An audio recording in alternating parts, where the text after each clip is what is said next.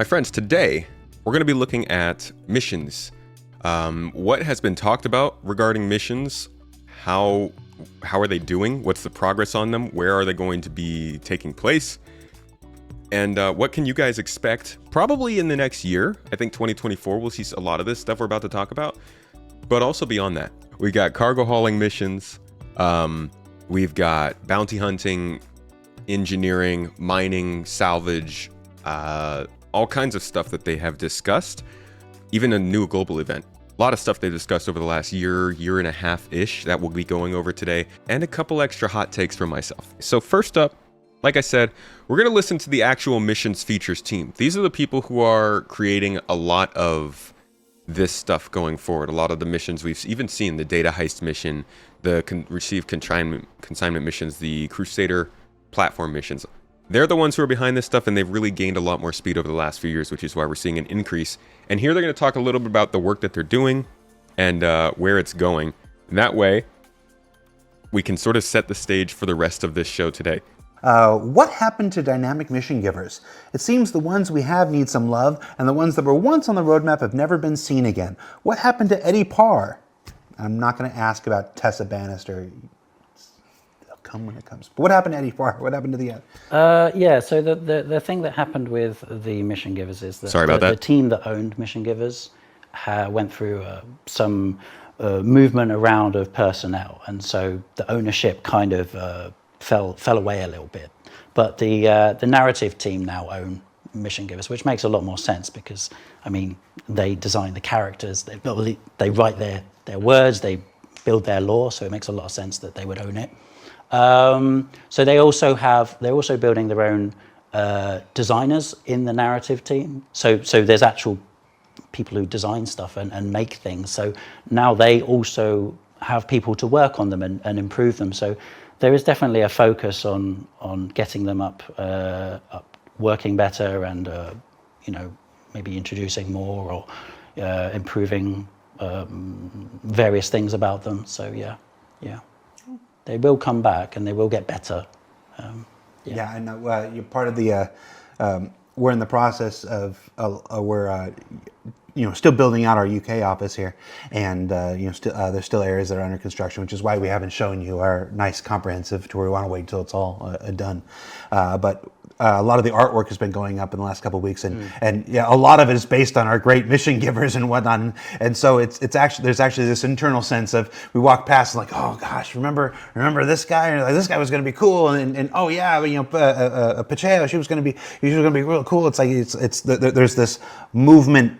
Internally, we would really like to get that going, get those back. I know the narrative team has so much intended for these people, including Tessa Bannister. To add a little bit more to it, the credence to those designers, like the designer working on it is our former embedded QA, who became a designer, and he came from our strong stock. Yeah. So he's we trust his abilities to bring the best. Can never overstate the value of starting in a QA and as a launching pad for almost every discipline. Pretty much 99% of all developers come from QA, and QA are the backbone, fundamental to every game studio. Mm-hmm. So shout out to Bishop. QA. Yeah, I mean, I work. We know you, bro. I started in QA, but not at this company years ago.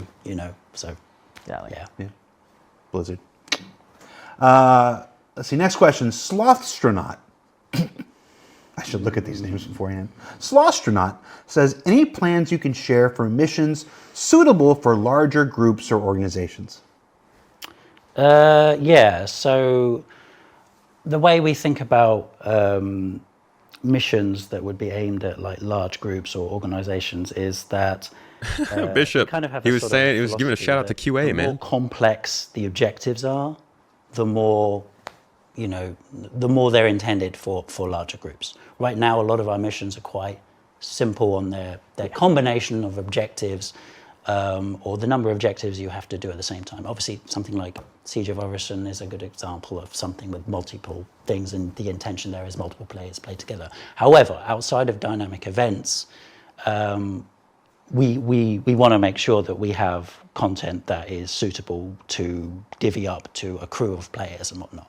So we're aware that players like this because we demonstrate it in like Xenothreat and Siege, where people play, they do different things, different roles, and so we're aware that there's an appetite. For example, one of our missions that's fairly newly announced, it's on the roadmap now, the data heist mission. Mm-hmm. That one is a mission that a skilled player probably would be able to do on their own, but it's one of these missions that puts a lot of stress on that one player if they were to do it. You've got to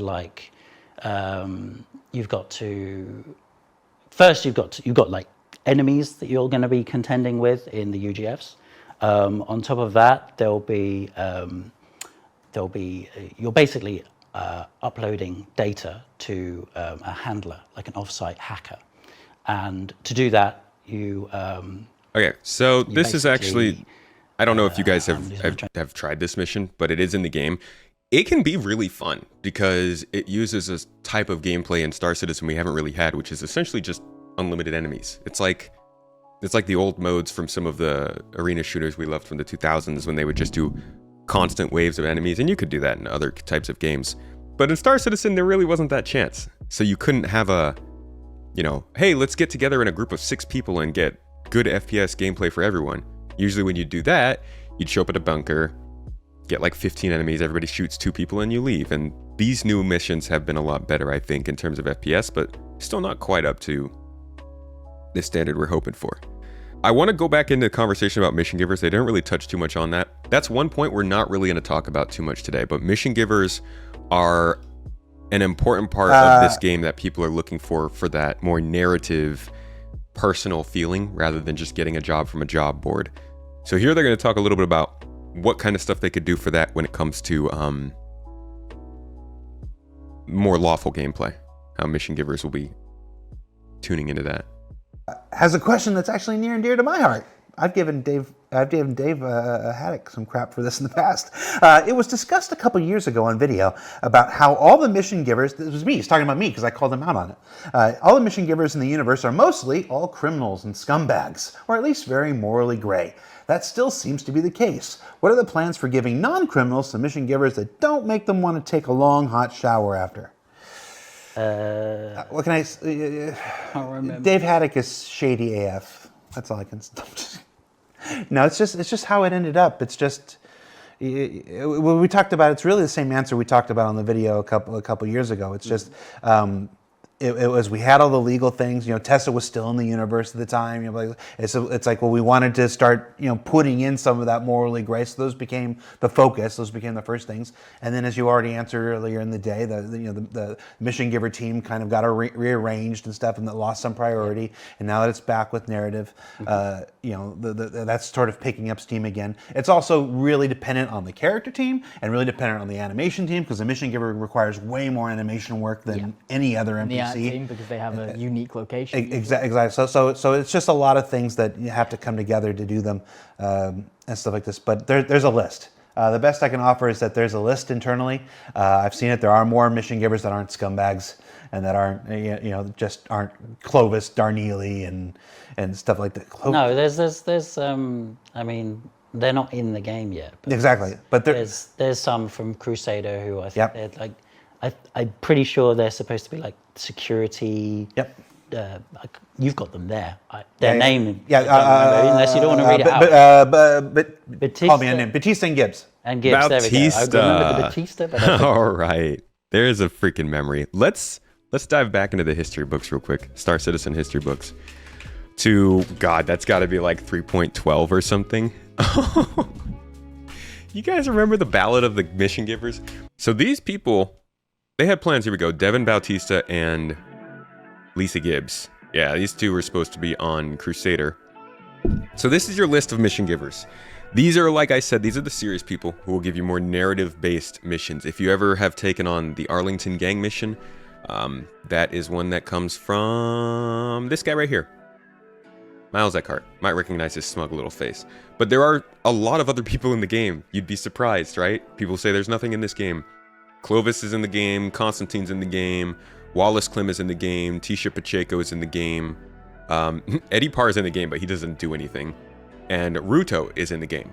So you've got 5 or so mission givers that'll give you something a little bit more interesting to do, but they're still not great missions.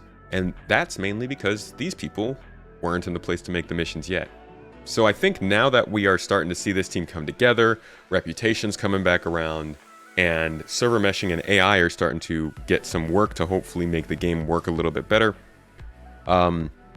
we might start seeing more development on the side of mission givers. And we've heard that a little bit, some whispers and murmurs in monthly reports last year, but it's looking a lot more sure. They're like they're 2 people. They're like a mission giver of 2 people, which is a new thing, which is partly probably why they're not in the game yet. So there's another challenge for us. So that, yeah, they head up like Crusader Security, and they would be offering security missions. And of course, there's Tessa Bannister, who isn't in the game at the moment, but she will be coming back. And She's yeah. be the new Imperator. Pardon? No. I'm reading Twitch chat. That's not. She's not jaded enough to be that sort of person. Provocative. Not really.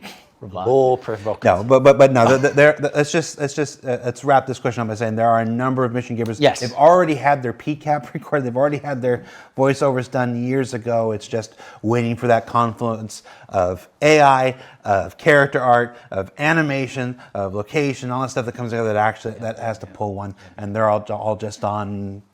There is also another aspect, which is we don't want to put out more mission givers where they don't have missions. Yes. Fair. Content. So Fair. It's kind of like we've already done that. We don't want to do more of that. But we need better missions. Dirty Merc. All right, I want to hear what they have to say about refueling missions real quick here. And then cargo missions, and then reputation, and then we'll move on to the actual locations where these things are going to start taking place. It gets interesting, trust me. Dirty Merc says, do we have a path when a mission fails due to circumstances that are out of our control, like a server or no spawns or item delivery? Yellow Merc, with salvaging and mining it in missions, are there any plans for refueling missions for players who maybe own a Starfarer?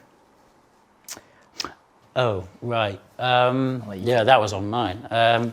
Yeah, so refueling, it's been with us for quite a while now, but it is still a player-on-player mechanic. Yeah. When refueling was first being designed, there was an effort from AI had priority to be looking at ways for AI to reciprocate and be the refueled. Right. And then, shifting of priorities and people moving around and refueling changed a lot, came out, and the prototype work of what refueling is for an AI didn't maintain to be matched with. Right now, priorities for AI don't put them in alignment with working on that particular feature to bring up. So basically, AI designers and AI engineers would need to come back and look at that particular behavior for them to cooperate with a player refueling them, and then it would be possible. But the important thing about making missions for this gameplay is that we all know that Star Citizen's super strong sandbox gameplay. That's why a lot of us play it. Many of us have no problem with that. That's why people, you have people who say there is no game and people who say there's plenty. But a mission kind of makes it official that you can do that as a gameplay. So like salvage probably wouldn't be as popular now if they didn't create the salvage missions to go with it.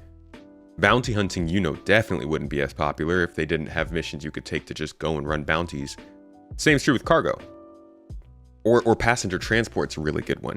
Nobody even considers needing to do passenger transport because there's no missions or gameplay surrounding it. And I think that's one of the same things that's going on as he's talking about here. Like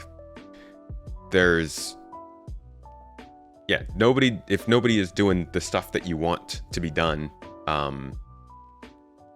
they're not going to do it unless there's a mission that kind of handholds people and acts as a tutorial to get that gameplay to be noticed and known. So whenever they're talking about creating these missions for gameplay, it's more than just having the mission there. It's like, it opens up a lot more people to that gameplay in the future too. This will introduce people to sandbox gameplay, I think. That's my take. Like, somebody who maybe has never tried mining, they might actually do it when there's suddenly a mining mission for you to just get handheld and teach you how to do it all. Refueling them, and then, and that's why with refueling, they need to make sure to get this stuff done, because nobody's going to be willing to refuel in Pyro if there's no missions to tell people that they need to refuel others. Fingers crossed for that in this first half. And then it would be possible. But once they make a behavior, then it would be something that I think we'd probably put in like service beacons. Yeah. So it'd be a spoofed NPC beacon where they ask for refueling and you refuel them. And then after that, it would actually be something that we could put in a mission, because we could make a module around it. Yeah. But you see how we are downstream of something, of a downstream of a sort of downstream. So it's it's not like no one's thought about it. Yeah. It's just there's also layers. The chicken and egg problem where you generally want to prioritize work that affects the largest percentage of people, and not everybody owns a refueling ship. In fact, probably most players don't. So that becomes kind of a niche. But the chicken and the egg thing is, well, if you made missions for it, then maybe more people would get refueling ships. So it's hard to balance that too. I think we got time for two more before we bring in our next guest here. Nine Toes since we kind of skipped Nine Toes' question before. Here's another one from Nine Toes. Any plans for larger cargo hauling missions? Yeah, I've spoke about this multiple times. Big fan of delivery missions. I spend a lot of my time on Euro Truck Simulator too. So yeah, I love big cargo missions, but one of the fundamental pieces we need, because I don't want to give you cargo missions where you go up, click a terminal, it spawns in your ship. I'd prefer the flow to be nice, what I'd like, elevators. Right? So cargo elevators.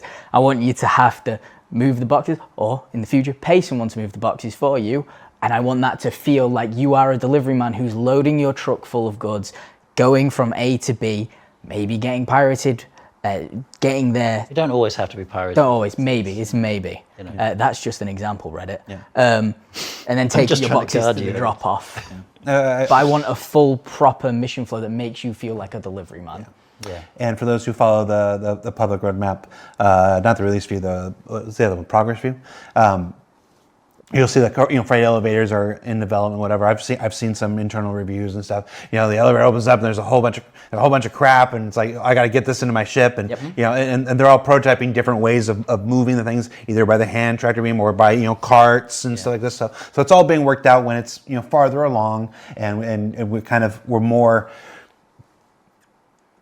more confident in the exact approach we're going to take. That's when we'll show it to you. They're still kind of blue skying a couple of things, how best to move things from the elevator into their ships. It goes into the whole thing of, we could fudge it and make it all right, but we want to our key focus is fun in the verse. So we want to make things that are polished, that we think are going to be fun and that players enjoy. Yeah, and another team is working on making it to some degree fun. Yeah. So we would be stepping on their toes. Yeah, it'd be very silly for us. Let's see. Last question before we bring on our next guest, Salty Mike. Oh God, man, you managed to squeeze one in here for Salty Mike. Again, I want to state that I did not pick these questions. These guys picked these questions this week. There would not have been a Salty Mike question. I'm just kidding. Which one is it? Salty Mike. I don't know. I know, but which one? Oh, I don't know. I just default into giving him so much trash. It's the one that's marked. I took him to Germany once. It was a thing. I wish I were better at this. In a recent monthly report, it states the team has now taken over Reputation. What are the plans for the near future with expanding Reputation for players in the game? Okay. Yes. Reputation. Yeah, we've taken it over from USPU, and there's a few things that we're focusing on. And one of the most important parts we think we need to get out is reputation-based hostility. So we want it so that you can do missions for like the Nine Tails in the verse, and when you do these missions, you gain reputation, and you can gain reputation to a point where you're allowed at their outposts because you're friends with them. You could be doing Siege of Horizon and they won't shoot you because they think you're friends. But then what needs to come pretty much at the same time or directly after that is a like sandbox reputation hooks. So these are things like if I shoot Ed, my reputation with Luke. Ed. Yeah, you're right next to me. Listen, it could be Jared. If I shoot Jared, my reputation with the entire community goes down. Apologize when you win. I know, right? Yeah. Anyway, sorry. This is such a topic. Like, there's so much depth that's going to have to go. This is the team that took over the reputation system. As they said, this is something that came up in monthly reports last year. And it's a big deal because reputation is probably one of the biggest definers of progression in this game.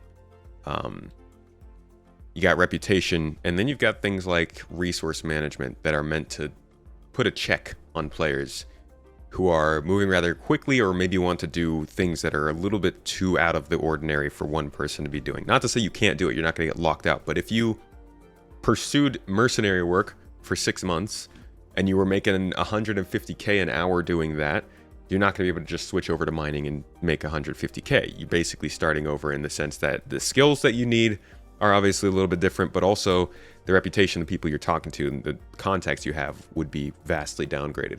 But this gets so complicated when we start talking about if you go to Pyro and you attack an outpost that's owned by Rough and Ready, but there is a let's say there's a Xenothreat member who is there who's not hostile, and you attack Rough and Ready, is that Xenothreat person going to attack you simply because you are attacking somebody? Or are they going to let you go because maybe they don't like Rough and Ready? If you have a certain amount of reputation, is that person going to jump in with you and fight with you? Or will they just stand by and let you do it? Is there a certain amount of reputation you have that maybe they wouldn't attack you and would just let you do what you're doing versus actually jumping in to assist you?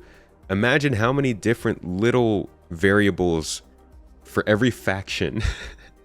And then all of those variables are based on how those factions view other factions. And then you have to take into account, what if you're in a party with multiple players who also have different reputations with those faction people? Do they ignore your party because one person has a high faction? Or do they only shoot the people in your party who don't have the high faction? Like, it's just such a rabbit hole when it comes to this reputation thing. But it's a cool system, and I look forward to seeing how they handle it. And I'm glad that I'm not involved in any way in doing so. Go down. If you shoot Ninetales, your reputation would decrease with them, and if you keep shooting them, they're going to start hating you. So even though you could start, it's not just shooting. It could be these destroying their ships, really, or it could be stepping on their toes. Like ways of going, right, the player's done this. It's against this faction, this reputation. So this reputation has allies of these people, so it's also going to a little bit affect them, but they're hated by these, so these people are going to get a positive outcome from your one action. See, that's what I'm talking about. We want to have like this stuff. That's so complex, but honestly, the fact that he's talking about that so candidly right here, obviously, it's not like they're going to go through all this and not think about this, but it means that in terms of design, at least they have at least some thoughts for a solution on that. And this is 8 months ago, so. That's why I think we didn't see anything reputation based at CitizenCon. The missions team wasn't even there, I think. So this is probably something that'll come up in ISC sometime a little bit sooner here. Focusing on getting those because we think that's going to make the universe feel more alive and more influenced by your actions as a player, especially like being able to do missions for Ninetales will allow criminal players to live that life. Yeah, because I think that's why we chose not to do reputation for Ninetales up till now, because it creates this problem where we go, yeah, but wait a minute, you do these missions for Ninetales and they're supposed to like you, yet you still get missions to murder them, and you can murder them all, and yet they still give you missions. And because there's no connection between those two things, it's where it all comes apart. Yeah. So we don't want to expose that obvious fault, but we want to after this particular feature work. Reputation is a very important system to us. Yeah, super. Yeah, this is a really exciting discussion. I would probably pull up the ISC reputation video, but it's been a while and we went over most of the stuff that they would talk about right there. Point is, every company in the game, they focus so much on branding in this game, and it matters. Every company in this game is somebody who is either selling something, making something, or hiring you for something. But you can interact with most of these companies in the game, whether it's through flying their ship or working for their companies or shopping at their stores. And the idea is going to be over time that these companies will view you in a certain way on a professional level. And those things will change quite a bit over time, not just based on who you are or who they are, but also based on who your friends are and who their friends are. And I know I said I wasn't going to do this, but let's go dive into the into the reputation talk on Inside Star Citizen real quick. I just want you guys to hear the basics of how the system works. It's also important, I think, because this is the system that can make the crime stat go away. Instead of doing a crime and then getting a crime stat and just being suddenly everybody wants to shoot you, it feels like the crime stat can be used as a way to track your immediate actions. So rather, the crime stat tracks immediate actions, your reputation tracks an existing reputation, essentially. So if you do a crime in Stanton, in Crusader system, let's say you already have a really good reputation with Crusader. Right now, with a really good reputation, you get arrested, you go to jail. But what if a crime stat might get you fined, but because you have a reputation, you don't necessarily get arrested or something like that? Or what if you don't have to get tracked down because you have a crime stat, but your reputation has been good in that area for a long time? I feel like that kind of stuff can also help people want to localize their gameplay more. And it might create more of a sense of you have your home system where people trust you and you know you can do more for less. And then you also have your outward system, the rest of Star Citizen, where you're not there for a long amount of time. You're not there to make a home. You're just kind of there to be there. And sometimes that doesn't work in your favor. I don't know to what extent they're going to push that, but I think that could be a really cool way of lessening how much the crime stat system really throws a wrench in your gameplay right now. But anyways, here is the reputation system. Let's listen in on it. Essentially allow us to track values for a player's reputation with an entity. And when I say entity, that could be an NPC, an organization, heck, it could be a table if you want. So long as it has a persistent ID with it, we can track a value against it. Still alive, I think. Not only can we track a value, we can track several values. Those values are in something that we call a scope. When we say scope, we're talking about two different things. There's affinity, which is this kind of measure of how much a entity likes you, and that's common across all these entities, NPCs, organizations, etc. Hello. A few different things affect affinity. It's going to be mostly your mission performance, and more specifically actually, what you do during that mission. That's when affinity will really get big boosts. It is also worth noting that we can affect affinity through just your everyday action. For organizations, affinity is a little bit different in that it kind of represents the amalgamated opinion of that organization and its members towards you. It's going to control a lot of things like whether or not they want to attack you or help you, for instance. And then there's confidence/career. Confidence is exclusive to mission givers, and it kind of says how good they think you are at your job. Career is how an organization might be tracking that same value, how good you are at your job. The difference with an organization is that they can have several career scopes.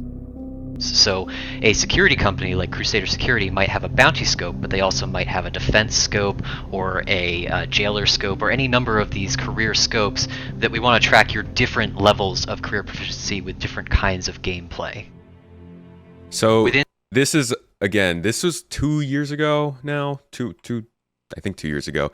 So this was like a basic version of what they wanted this to do, but you can get the idea. They've got individuals, they've got companies, and you've got certain types of how they feel about you. I think he already described the affinity versus our confidence. I'm betting this is going to be a lot deeper. By the time we see reputation come back to the game in a real way, probably late this year, maybe next year, I think this whole system is going to see a pretty significant update. Now, I don't need this here. Now, the next thing we're going to do here, now that we've kind of talked about, at least we've introduced ourselves to the team, let's look at where these missions are going to take place. Most important part, as I mentioned at the beginning of this, was that they are focused so much more on all types of missions and gameplay rather than just combat.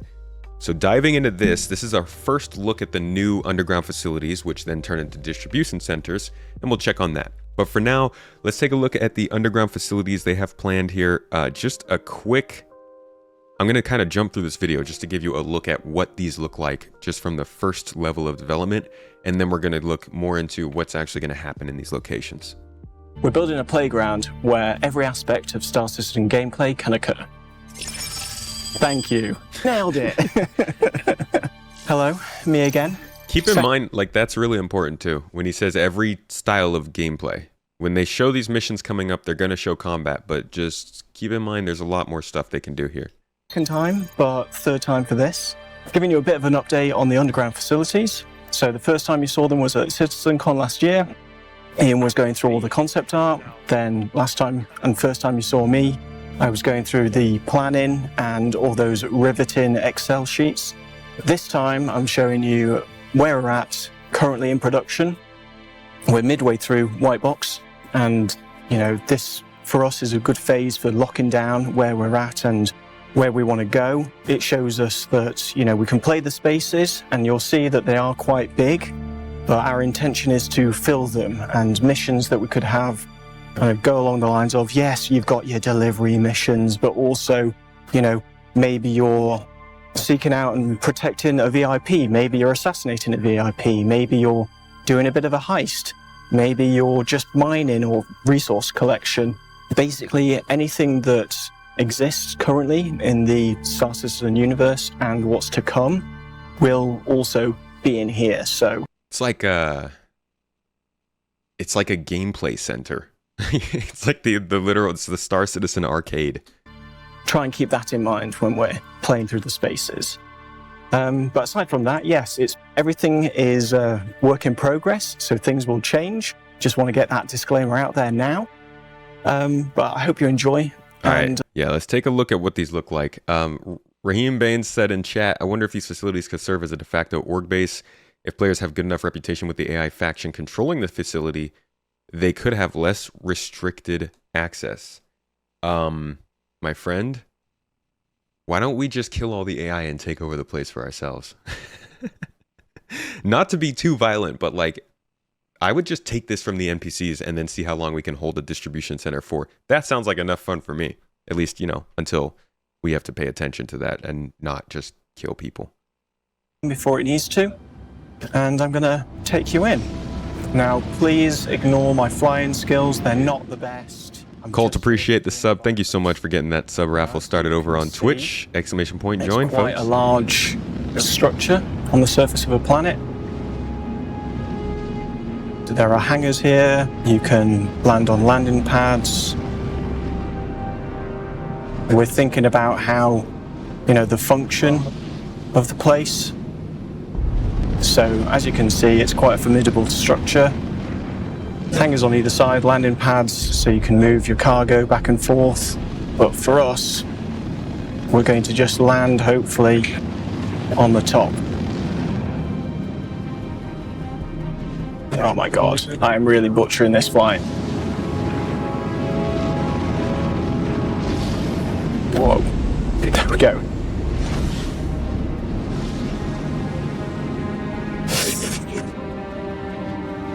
Okay, so let's get out of this high seas.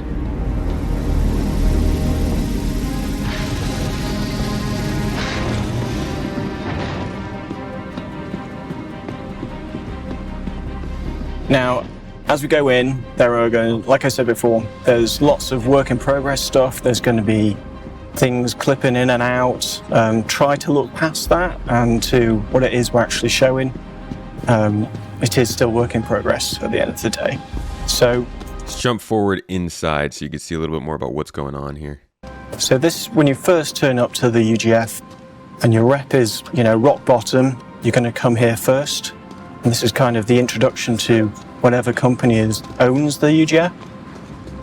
And you'll be getting some missions from in this place. Listen to how he's talking about this, because I think there's a lot to read in between the lines there. Right now, you don't really have a place to go when you want to talk to a company.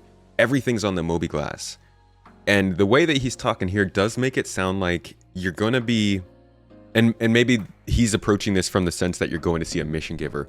Because we're very used to, with mission givers, you would get a message that tells you to go to a place and then you meet a person to get a mission.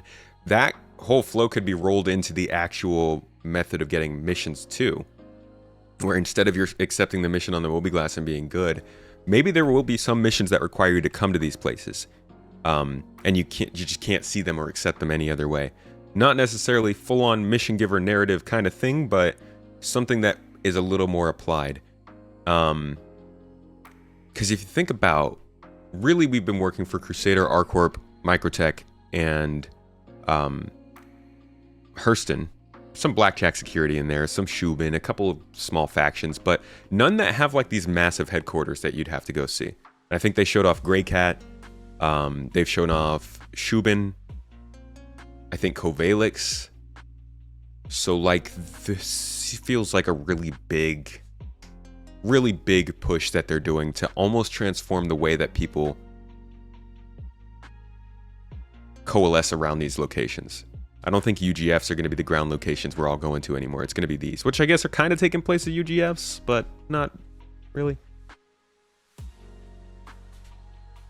Yeah, they're leaning a lot more into their mission givers. And I think even last year they said that they were working on kind of mission giver light, where you won't necessarily have a whole relationship with them, but you still see them in person, which also again points back towards what they've talked about with virtual AI and AI just being able to eventually start delivering missions themselves. But there's a lot of speculation there. Let's see what else is going on here.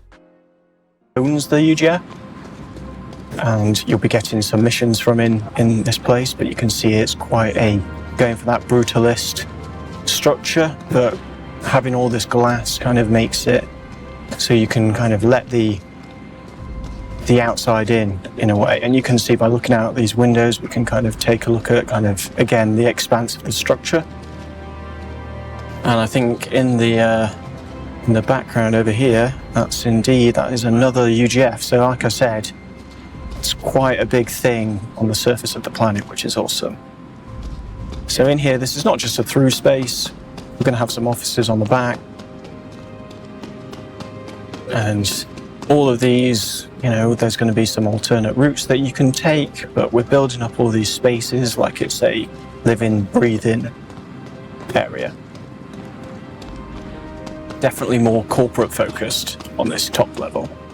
Now let's make our way down into the UGF itself, because I see this as kind of equivalent of going to see Constantine Hurston. So like cities and outposts will probably still have people you can go see, but these distribution centers seem like their default area they might be going for with Star Citizen now. This is where we're going to have some weirdness, and then it clips into these locations are huge. Top of the this is by the way, we didn't get to see this, so this is from a year prior to what we saw at CitizenCon this last year.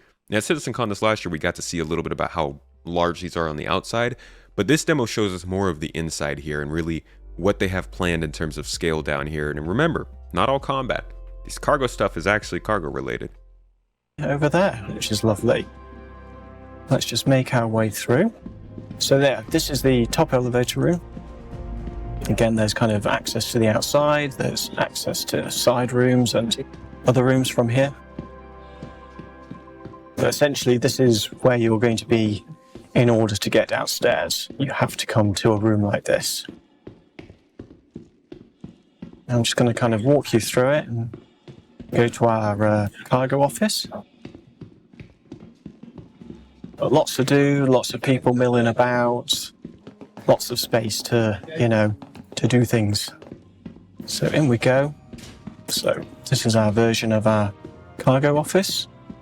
So you'd get delivery missions from here, you could buy items, but a lot of our rooms are going to feature this kind of door with pedestrians on either side, and that's just so that we've got that kind of functionality throughout the space where, things will be moving around and really the pedestrians want to be So you're, out of 300 meters away from your ship and still in the same building? The pedestrians want to be it's like city size. Out of the way type of thing. But size ain't everything. Let's just have a look into the space itself. Everything's controlled by this kind of observation tower. For us, we're going to head downstairs. This reminds me so much of Halo. And we can do that quite quickly. Halo on these 2, kind of smaller pedestrian elevators. Halo 2 opening battle, when you have to go down the elevator and you're fighting the Covenant and the mag gun is firing off. So away we go. It feels kind of like that same elevator Or actually, the one they see on the way down. Now the depth feels like the same elevator. Of the, the first sub-level is going to change in every UGF.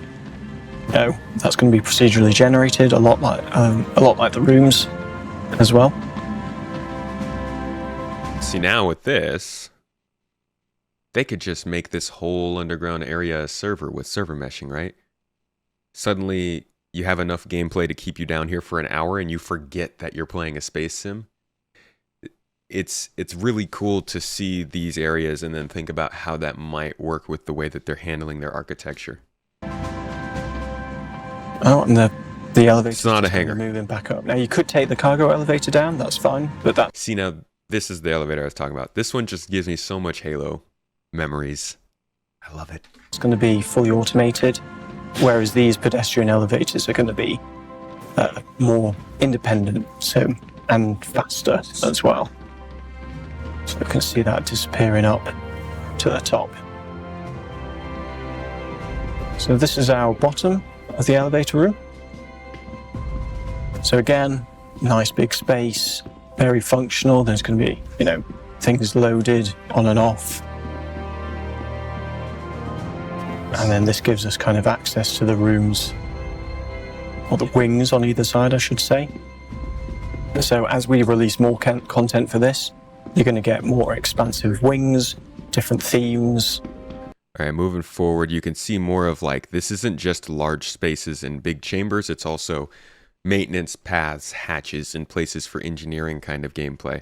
And Animals of Evolution, this is pure, not connected to combat kind of stuff. They're trying to really show that there are spaces entirely dedicated to gameplay without a gun even being present. Granted, you could bring guns down here and do stuff, but a lot of this, yes, can be used for combat, but as you can see, there's a lot of industrial and civilian style infrastructure and folks around in this one. Floor, or are you making your... It does give a lot of Black Mesa, Half-Life. I feel like this really mixes Half-Life, Black Mesa with Halo UNSC and New Mombasa. All that Halo 3 Savo Highway kind of stuff combined with Half-Life really gives me this sense of this underground sort of tunnel that they make in these distribution centers. Way over the top on piping, multiple ways in. So again, we're in a bigger room now. In the white box, it's really good to just call out, yes, your alternate routes, yes, your main path, but also where can you get on and off of those? What's rock? What's metal? What's a feature? What isn't? Because if we can call that out now, it means that we're giving people more information as they go into the next phase. Again, so this is just an example of maybe a rock room, which kind of just links two rooms together. Maybe there's some storage. Now, can I just jump over this because I forgot to put stairs in? Over to the other side. And these are kind of our biggest doorways, but I'm not going to go down this, but we're going to have smaller doors into the space. So in here, it's kind of well, where do these lead? We're going to have to wait for that, I'm afraid. So that one up there, that's where you'd kind of navigate to each room through the ceiling. So we're back in that big room from before. Now, when the rooms are this big, we can do a bit more with them. So there's an area out back here.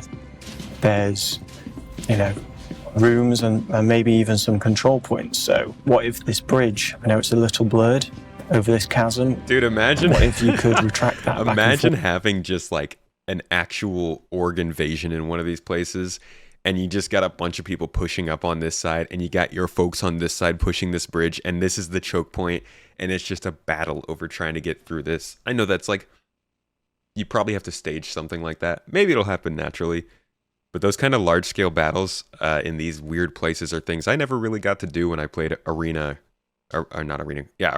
shooters. All of this idea of engaging in combat or in industrial or other types of gameplay. I played combat growing up. I was an RPG player.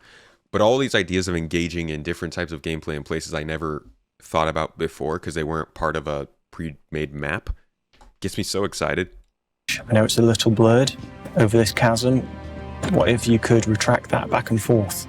What if it's not even there? How are you going to make your way across? That's not for me to decide, for you as the player when you're getting in and out to decide. But for the moment, we're just going to make our way through. Yeah, if you fall down there, you're probably going to die, so watch out for those kind of things.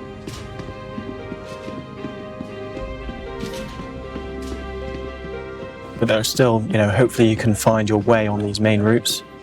Some side rooms you could play, but then also, this bit's under construction now, but I wonder what it's going to be in the future. And, having all these spaces kind of to this level of detail, it's really rough, as you can see, but I'm walking around unhindered. I can step up and down this thing.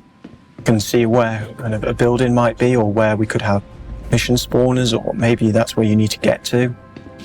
You've got this main route, but we've also considered the alternate route. So if you're sneaking in, where can you go? And this is kind of predominantly, well, actually, having said that, there's pipes up there. I think this gives us, I hope this has shown you really just how much scale there is to these locations. And you can see clearly there's a lot of cargo storage here. There's a lot of potential for gameplay in stealing and delivering stuff. Things can change still. tax dollars at work right here. How deep is this thing? I wanted to look up at the ship. Maybe the alternate route is where that guy in red is down there, but if you fall down that one, you might end up breaking your legs. All of these containers, maybe the straddle frames are moving things around. Look up. What if that was, what if they just had missions down here where all you had to do was be a deckhand and move stuff around? And, if that's what you liked, it'd be like the equivalent of the pizza delivery missions for beginners, running simple box deliveries to learn how to fly. What if they were just like, hey, you like moving boxes? You want to do that for a couple hours? Go ahead and run a mission down here. That'd be so fun. Potentially, you could, if you're on a mission where you want to steal something, maybe it's in one of those containers. Hopefully a big, working space, sandbox within a sandbox, you could say. How was the potential for gameplay used in places like cargo decks and space stations? That was not used at all. Get onto the top of them and get to the... yeah, Vassan, a second job. We all want one, right? Yeah. Hope you enjoy. I just wanted you to look up at the ship, man. They must be almost a kilometer down. Because they were at, I think, 200-300 meters from the ship when they were down up on the upper level. Anyways, so that's UGFs. That's the first thing we got to see from them. That was last year. Now we're going to look at how much progress they made on these facilities from March of last year to October of last year, and talk a little bit more expansively about what they're going to provide in terms of actual missions and gameplay. Each location supports multiple landing pads and hangars, making them accessible to as many players as possible at any one time. There's even a road network to support transit from the planet's surface, into the main building and to any berth ships. So every distribution center will be owned by a faction. Depending on the faction and where the distribution center is located on the planet will determine its specialism. Now, each specialism will lend itself to different missions and gameplay opportunities. So let's talk about some factions for a moment. So an example of a major faction would be the UEE. Now, at their distribution centers, they're likely to be more specialized towards military supply, research and development, or communications, depending on which branch of the UEE it is. They will have a much stronger military presence in the area, and missions here may be more hostile with combat-orientated, team-based raid opportunities. Other examples of hostile gameplay that we're thinking of is hacking and stealing, searching for and destroying a specific item, tracking and eliminating any VIPs, and everyone's favorite, eliminate all. Grey Cat Industrial would be an example of a minor faction. So their distribution centers will be more specialized towards gathering resources, manufacturing, assembly, shipping. There would be a security presence here, but it won't be that as strong as a major faction. Our missions here would be more suited to friendly gameplay loops, though we won't Interesting be bit, though, out... is that they didn't show the size differences here, because they've talked about how these will be different sizes based on what they are, and I kind of expected them to talk about these minor factions having the smaller ones, like what we're used to, the UGFs we have right now. Because the distribution centers won't all be huge like this. Okay, I won't say that. The UGFs that turned into distribution centers weren't meant to be large like this. There's supposed to be 3 different size classes, and I'm thinking we're just seeing the largest ones right now, so we'll see where that goes from here, but it's not everything. People were just cheering because they like the idea of roads, I think, and it to them signals a focus more on ground gameplay, I guess, or on localized ground gameplay rather than just land at a place, get back in a ship, and fly to a place. People want to spend time on the ground around that location. And I think things like this, like roads, the towns they showed at Pyro, and that kind of stuff gives people a lot of hope for that. Hostile missions like corporate espionage. Yes, some other friendly gameplay types. Cargo hauling, like I said, resource gathering and mining, maintenance of the location. But you know, that's enough of me talking about it. How about we show you where we're up to with these distribution centers?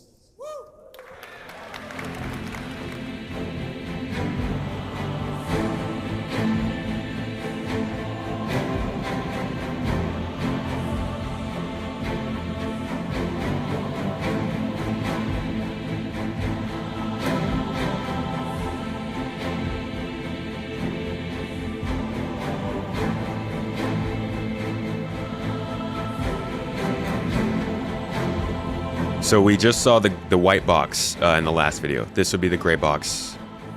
And from here, final art, lighting, implementing missions, NPCs, stuff like that.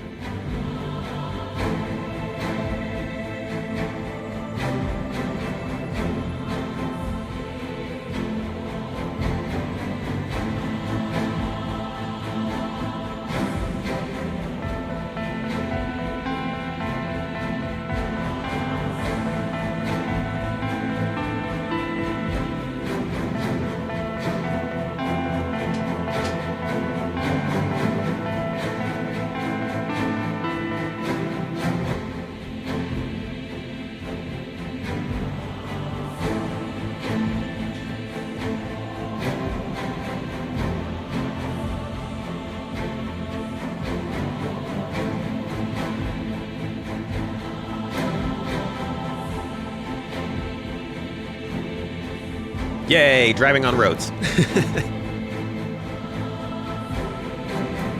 But yeah, I think the roads really just imply that there are reasons to be on the ground near this facility, and I don't think we've ever had that at any ground location, not even cities have that.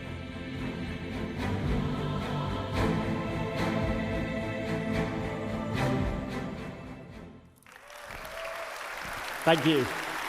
So to talk you through the corporate spaces at these locations, please welcome Rainer Rick to the stage. All right, so we won't go through all of this, but this will talk a little bit about the different reasons to go to each place in these locations. And that's kind of what we were getting at earlier when we said the last time we saw a presentation, that was the underground facilities. Here we're going to see more of the above ground kind of stuff.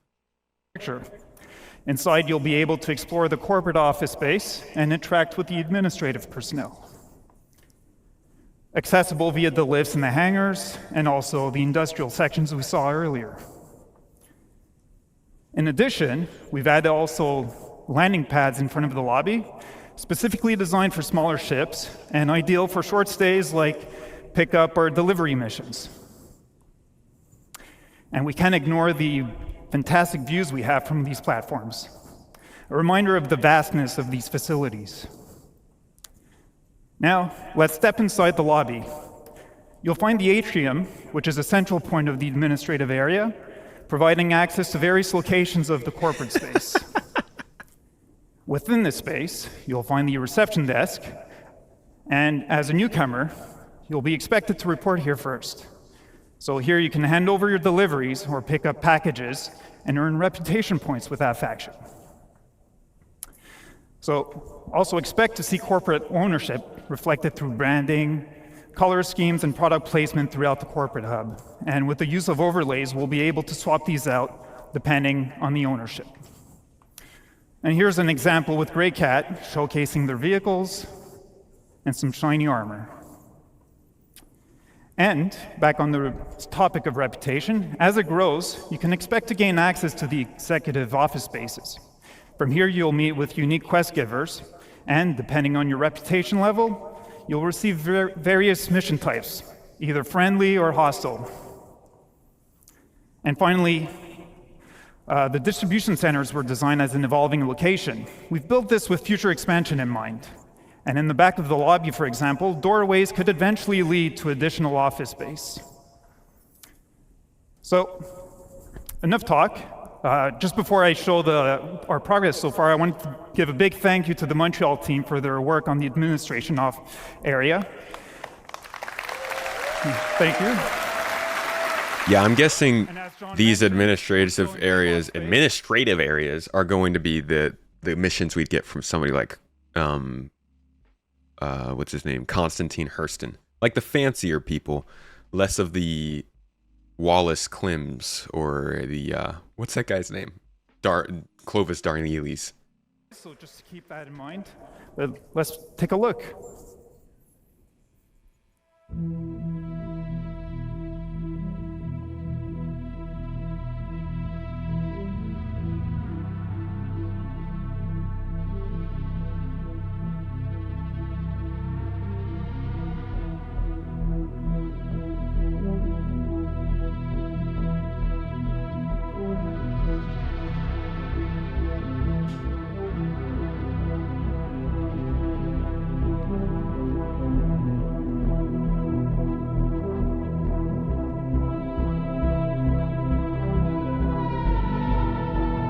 Oh, Vassen, if you've got a music problem, I can totally substitute. Hold on, let me just turn on the premium experience.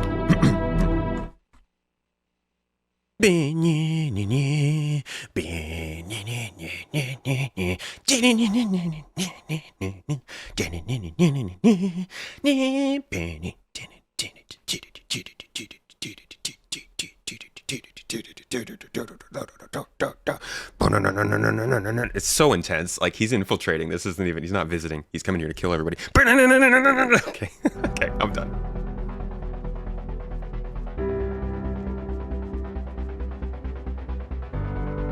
That was a premium experience. I forgot you guys are supposed to pay for that.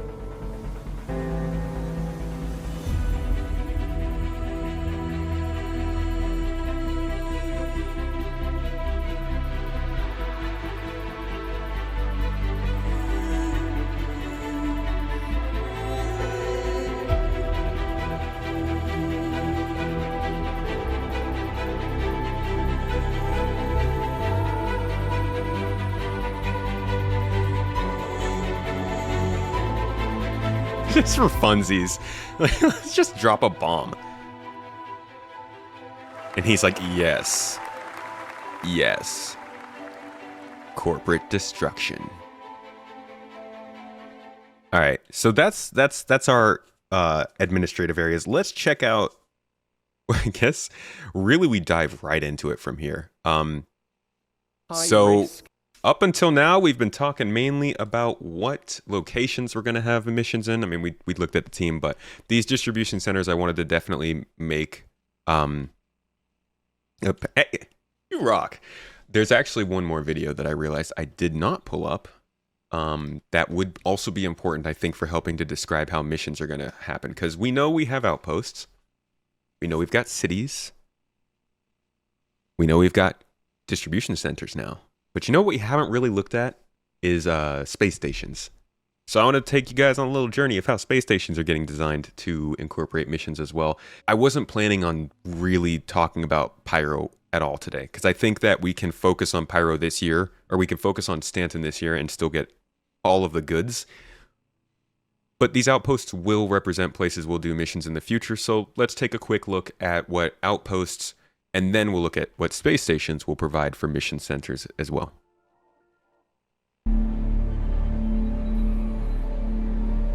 Dude, thanks for stopping in, Hawks. I hope you're having a good day. Enjoy the work, dude.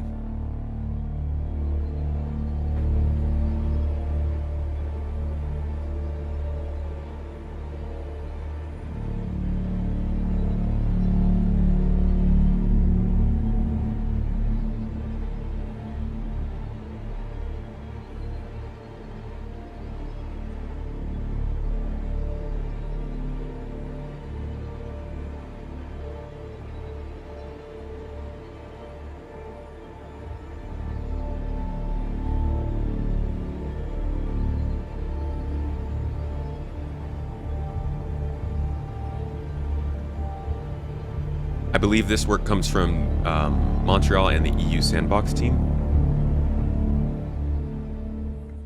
So I guess the NA and EU Sandbox teams. And then here is a look at the actual outposts. Those were like the derelict outposts that we're already getting in Stanton. Those are basically in the game. This is more of the actual cities and towns that we'll be seeing that will fill in the space between these outposts and the large cities like Lorville, Area 18, and New Babbage. Also some breathing noises. That's not me. I mean, I could also breathe.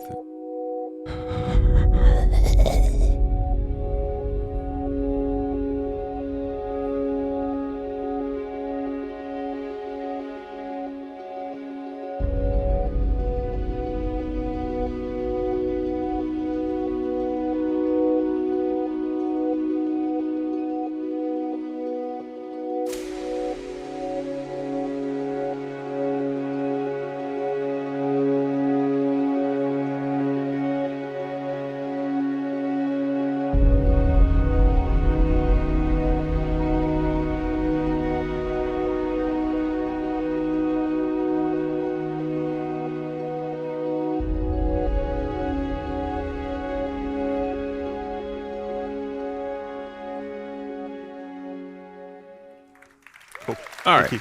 Cool. Cool. Oh, here's okay. One more. There's one more. Plenty of eye candy in this CitizenCon. Here's actual missions they were, which we call the Outlaw theme. So let's take a look at that now as well.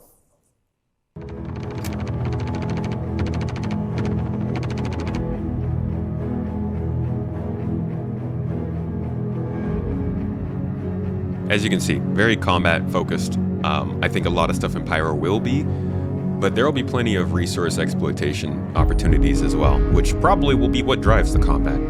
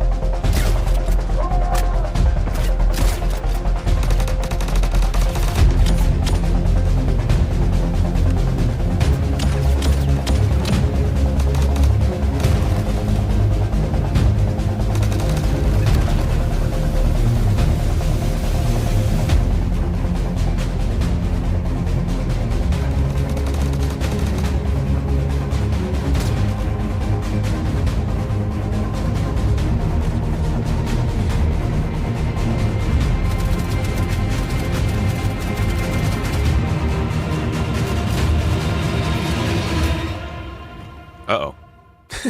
I like that they didn't show how that ended up.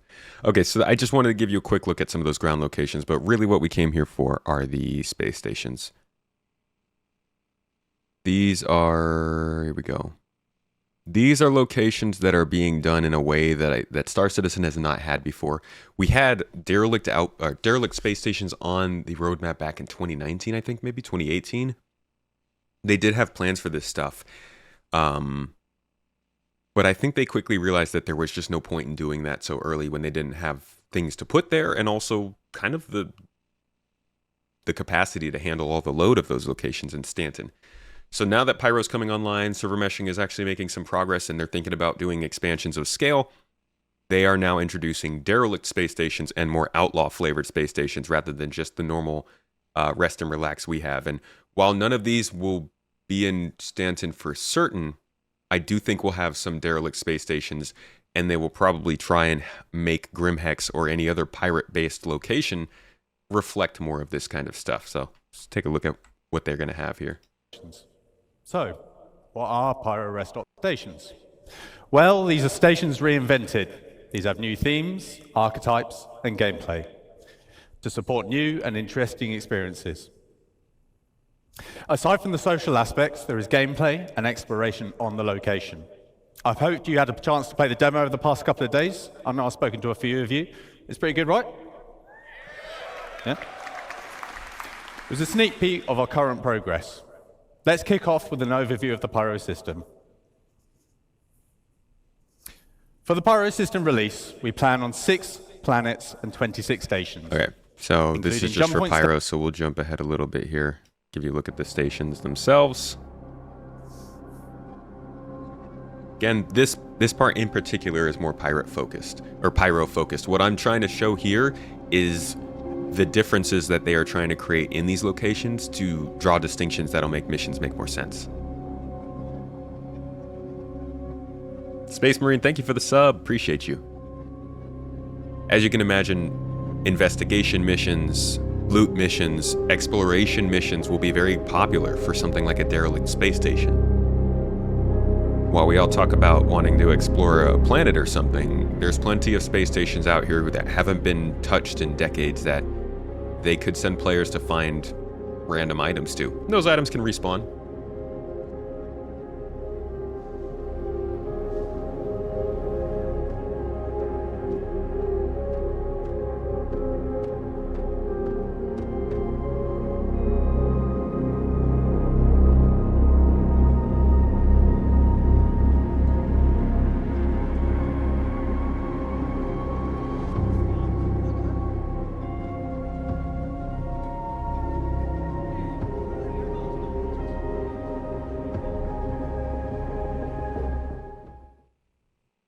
And then finally, let me show you guys the actual derelict space station. Well, I'll show you what space stations look like naturally. And then I think derelict space stations are up here somewhere. Yeah. All right. So a couple more gameplay videos here, and then we'll get into the missions themselves.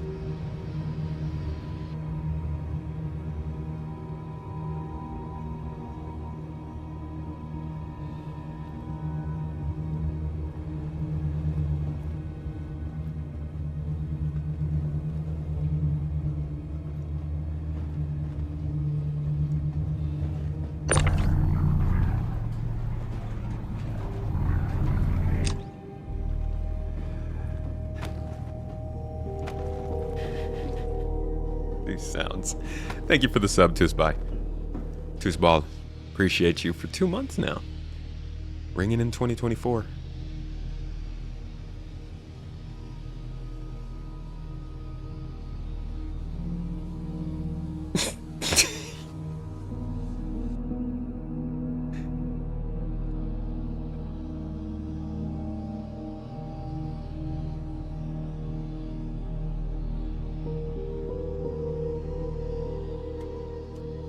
There's a lot more thought going into the construction of these space stations as game areas as opposed to just a place where they need to have hangars and beds. Now, all of these sort of developments that we're seeing, I think, are pointing a lot more towards building a game as opposed to just creating a space where they could keep putting stuff in. I don't know if that makes a ton of sense. Maybe I'll make a video about it. But for the longest time, people have said it feels like a tech demo. And while there's plenty of game elements in there for people to play it as a game, they've treated it as a tech demo. And this CitizenCon, I think what they've shown us has been their sort of shift towards more of an actual game environment. At least that's what I'm hoping. All right. Here's some more of these locations. And this is really trying to show that reputation, as we talked about before, as you complete missions and you get better reputation, you can unlock new items, new weapons, new locations, probably an outpost and space stations and distribution centers. And that's why that reputation aspect is so important. This is also showing that engineering gameplay will be involved here. As you can see, they kind of leave a hint on the screen that power, air temperature, 0G is all based on the environmental settings of the station. So that engineering gameplay that we always talk about being on ships, that everybody thinks are going to ruin ship gameplay, it's also going to be in space stations.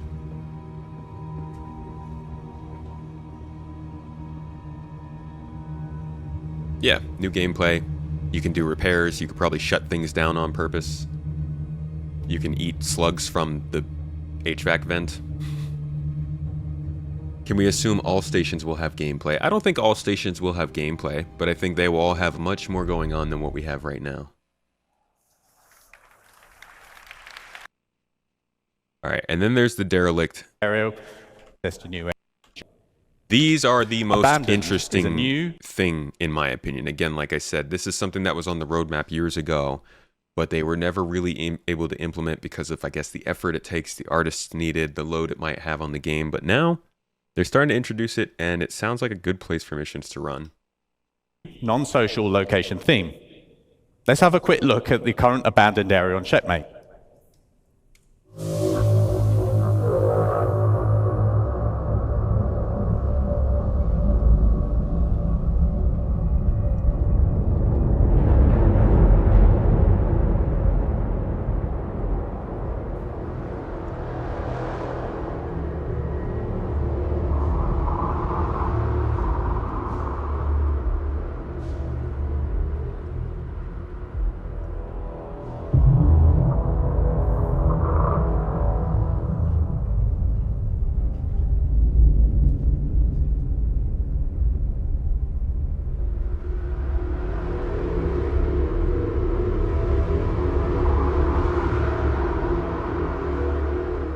Again, they're hinting at the engineering gameplay sort of being something that you can do more of while you're in those locations. All right. So we've talked a ton about locations here. Last thing I'm going to talk about before we move on to the actual missions is just a quick reminder, a little refresh on the architectural styles of Star Citizen. A lot of the questions that we get regarding these locations is that, like, why do they all look like this? It's good to remember that they did introduce this slide a while ago now. They probably should touch on this again and give it an update. But this is basically just showing the different art styles in Star Citizen. As you can see, there are a couple here that we already have. Utilitarian and colonialism are the two big ones. So you got that mechanical industrial function and function over aesthetic kind of style with durability. We see that a lot in Lorville, in the space stations we have, in the outposts currently in the game, and in Area 18. And then you also have, over here, high-tech. Industrial design focus, advanced manufacturing, beautiful functionality. This is, as you can see from the picture, describing the interiors of like Rayari outposts, but also you see this kind of stuff in Orison and in New Babbage. So those are the two main archetypes we have already. There's also colonialism, which is what we're getting with Pyro. As you can see, the frontier vibe, derelict archetype. These are things we've already seen in Stanton over the last few months, and as we just looked at, they're clearly planning for Pyro. So right now they're focusing big time on the colonialism archetype of buildings, but that doesn't mean that's all we're going to get. Streamline is another one. Retro, rounded edges, inspired by Streamline Modern, came about in around 2480. Metaclassicism is geometrically asymmetrical, massive, and ornamental. Something we'll see probably in other systems. Came around 2523. We got Henoism, which is more military focused, conveys security, bunker, defensive. This is probably what we'll see in Castra, so I imagine they'll be focusing on this kind of stuff not anytime really soon. And we have Supermodernism over at the end here. It looks like they use the Goss system as their example, but we don't really have Supermodernism yet. It's supposed to be sleek and aesthetic. I guess maybe take Origin and make buildings out of it. Either way, though, they've got a lot of sort of styles for these buildings, and we really haven't seen too many of them. Even the outposts we have in Stanton, they're utilitarian based, but they were designed in like 2017. So I think that those outposts will see an update to bring it more in line with what we've seen with the others. And as we expand and continue to grow, I think we'll see a mixture of all these things in different systems, not just the broken downness that we're getting. But that was my last bit about locations. Now we're going to get into the actual missions, and we're going to fly through them because we spent a lot of time on that stuff. So first, raids. It's probably the biggest change, I think, in terms of missions coming this year, and a pretty interesting and surprising one. It's not raids as you might expect from a normal MMO. I think this is more raids just in the sense that it's a long-term FPS mixed arms mission. But I'd pay attention here to how many different types of people you'll need for a mission like this, besides just shooting. Medics, gunners, pilots, logistics people. These are going to be some pretty crazy additions to Star Citizen in 2024. Hopefully we'll see in the first quarter, but maybe be something that they push in the second. High reward operations. As Khan mentioned previously, you'll be able to choose how you gain entry to these locations. Coming prepared and geared up will make the difference between success and failure. Ultimately, you'll need to work together in order to succeed. So these raids will have you breaching the interior of the main structure, highlighted here. Now, each interior will comprise of rooms that reflect the location's specialism. For example, a shipping-focused distribution center will have rooms dedicated to the storage of cargo. Looking to the future, we're planning on having distribution centers with subterranean levels that will be accessed from this interior space. These will expand upon and increase the difficulty of these raids. Now let's take a look at one of these raid missions in action, but please note that this is early gameplay prototype of a raid.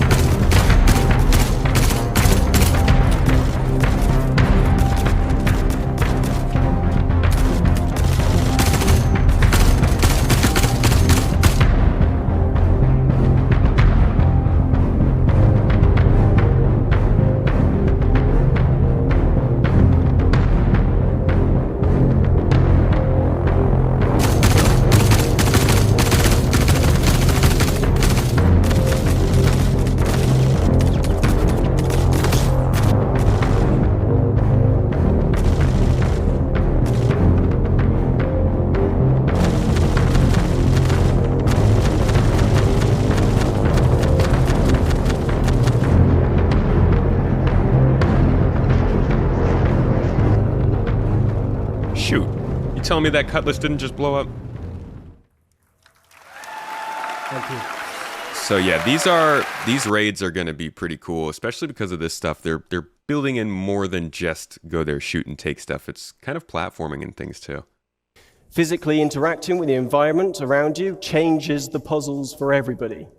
With multiple add-ons for the tool available, you may have to get creative when finding a solution to the problem in front of you. In this next video, we show you how using the tractor beam attachment can open up new paths to your objective, but it's up to you to decide what path you can create with what is available. Let's watch the video.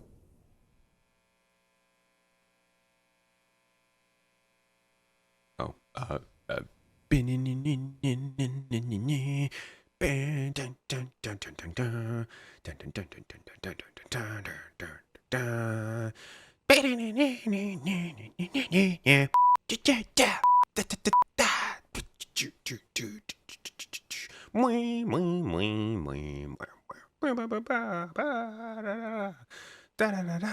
my god, this is a long segment. I don't have that much music in my head. Just like, there you go. So, yes, thank you. Now, obviously... Can you imagine? Just imagine, though, like, if this location would be possible with at several CitizenCon they put that video on and it was just like somebody from the studio making noises in the background.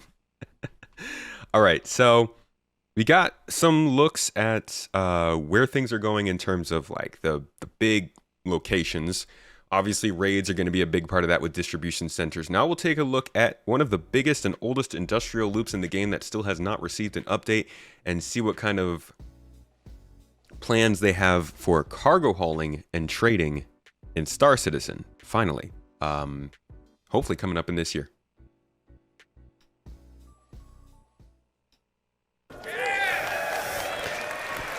My name is Nick Etheridge, and I'm an Assistant Environment Art Director. So obviously cargo isn't just about boxes. It's a big part of the game. Almost every aspect of the game has some kind of involvement with cargo. And I'm going to briefly go through some of them now. So let's start with missions. How will hauling contracts work in-game? We'll be introducing the Interstellar Transport Guild, as well as formalizing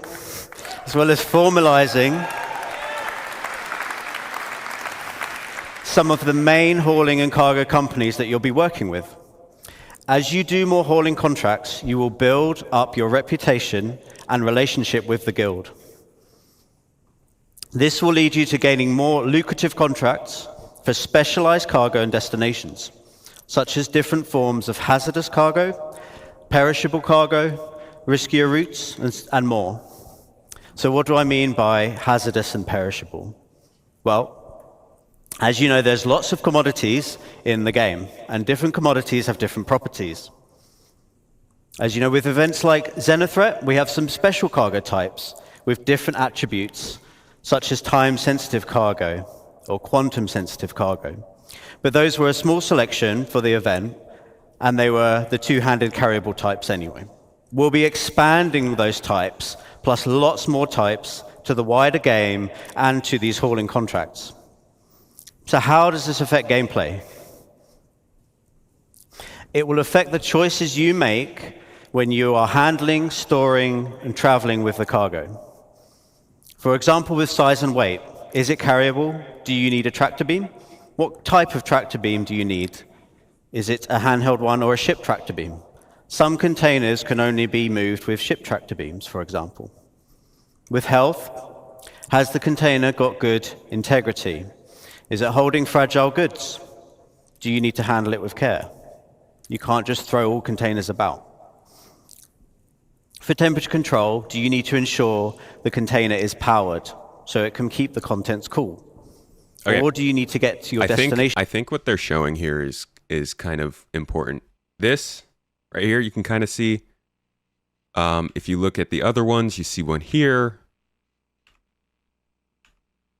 Where are the other ones? They don't really show that many boxes, huh? They showed this box for like 40 seconds. Yeah, there's one there. Let's see. There's one here. So they keep showing these standardized cargo boxes now with their own UI screens. And I'm wondering if that's going to be our manifest, our cargo box manifest, because they're talking about how you need to be able to load things into boxes. Obviously, we need to be able to easily see what's in a box and organize them. I think we might be looking at a possible manifest UI that comes on each box, but can't know for sure. This idea, though, that the weight and cargo and the specific conditions that you need to ship stuff in is different and requires a different type of ship or specialty is part of how they hope that these missions will be available to all, but only chosen by some. It's powered, so it can keep the contents cool. Or do you need to get to your destination quickly? Otherwise, the contents may perish. For security, can the container be locked or hacked? Can the contents be scanned, or is the container tracked? Will there be pirates or law after you when you're holding this container? Hazard containment. Is it radioactive? You might need the right protection against it, as you may have seen in Jens's presentation earlier. Can it explode? You might not want to put these containers on a more exposed section of your ship. And many of these attributes are going to be visually distinctive. So conversely, if you want to steal, for example, some cargo on a hull C, which does have very exposed cargo containers, you might want to avoid shooting blindly and accidentally blowing up your potential profits. So look out for those types of containers. Back to mission progression. We'll be introducing perks and rewards as part of fulfilling contracts and raising reputation with these companies. For rewards, will have branded ship and tool skins, branded clothing. There will be collectibles to decorate your hab, hangar, or ship, or you can put them anywhere you want. And there'll be more exclusive rewards that we'll be revealing later. Hey. Thank you. For perks, you'll get access to more items in shops and discounts on specific items. And all of these rewards and perks you need to earn in the game. You cannot just buy them. Yeah, that was a big one. That was a big one. So that's sort of the improvements of cargo, and obviously that's going to come in a big way with freight elevators, which I think will change quite a few missions in the way they work. Actually, here's the freight elevators feature that hopefully is in 3.23 as well.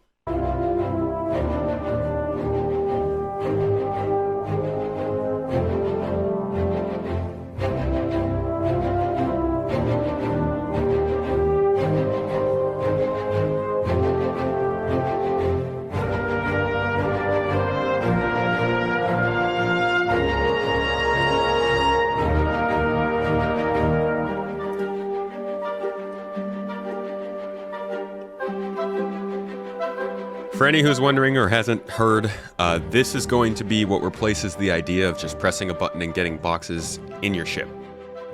The game has always been based on the idea that we're supposed to physically transport the things that we are carrying, so if you are a cargo hauler, if you're someone who wants to make money from getting many, many things from point A to point B, you also need to factor out how you're going to get those things transported, which means loading them on your ship. Now they're giving us some more tools that make that easier. But this is going to be a big change for the game.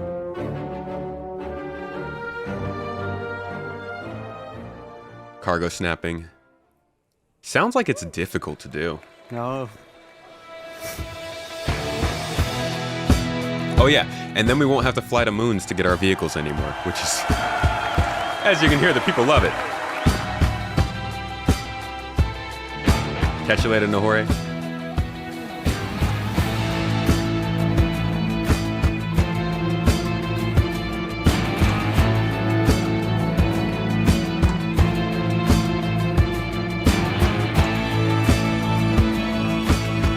See that? They like really sneakily just slipped engineering functioning in here, which is funny.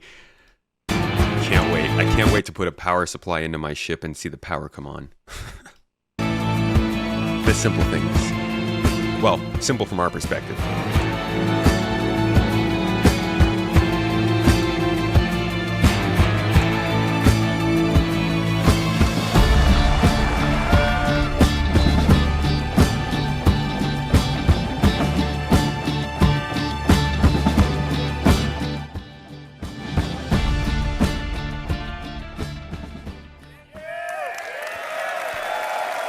So cargo's going to be a big place where missions pick up. Physicalized state to do I don't think there's anything else in this video I need to touch on. Base building.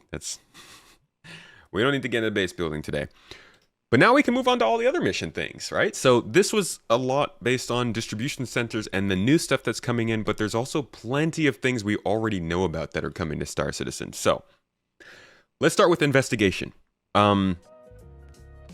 Currently, we know of one really good investigation mission in the game that is open-ended, it has voice acting, and it's original. It's not a repetitive mission. You can't get it assigned in other places. This is a one-of-a-kind. It takes place in Crusader at the Covalix space station.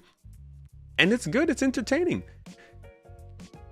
For some, it's a bit entertaining. If it was in a normal AAA game, I would say it was like a decent mission.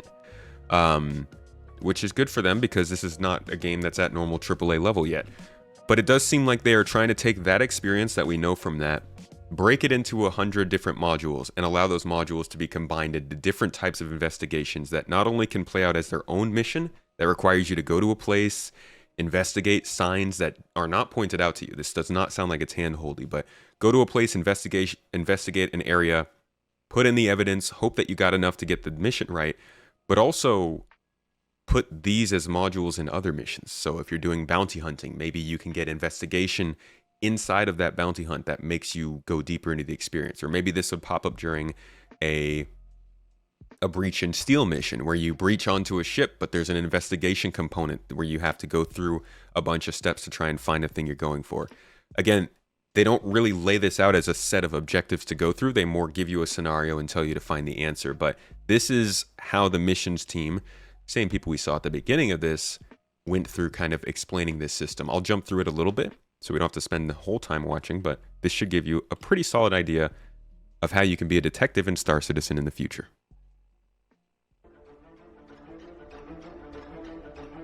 Currently in the game, the player can feel like a bounty hunter, a mercenary, a person who does deliveries, you know, a cargo hauler.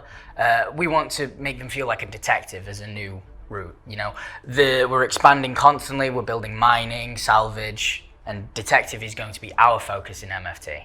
The experience we want to give players with the investigation mission is that they feel like a detective, that they feel like they're collecting evidence that will ultimately answer the question that has been posed to them, and that they're able to kind of search through the evidence and find the red herrings and like choose the right answer. So what we want is we want to build a mission that requires you to have to think, requires you to have to look around, search your environment in detail, look at each individual clue and make sure you fully understand it before you make your decision as the detective. And there'll also be red herrings thrown in there, so evidence will really have to be like poured over to be able to determine whether it's actually credible or not.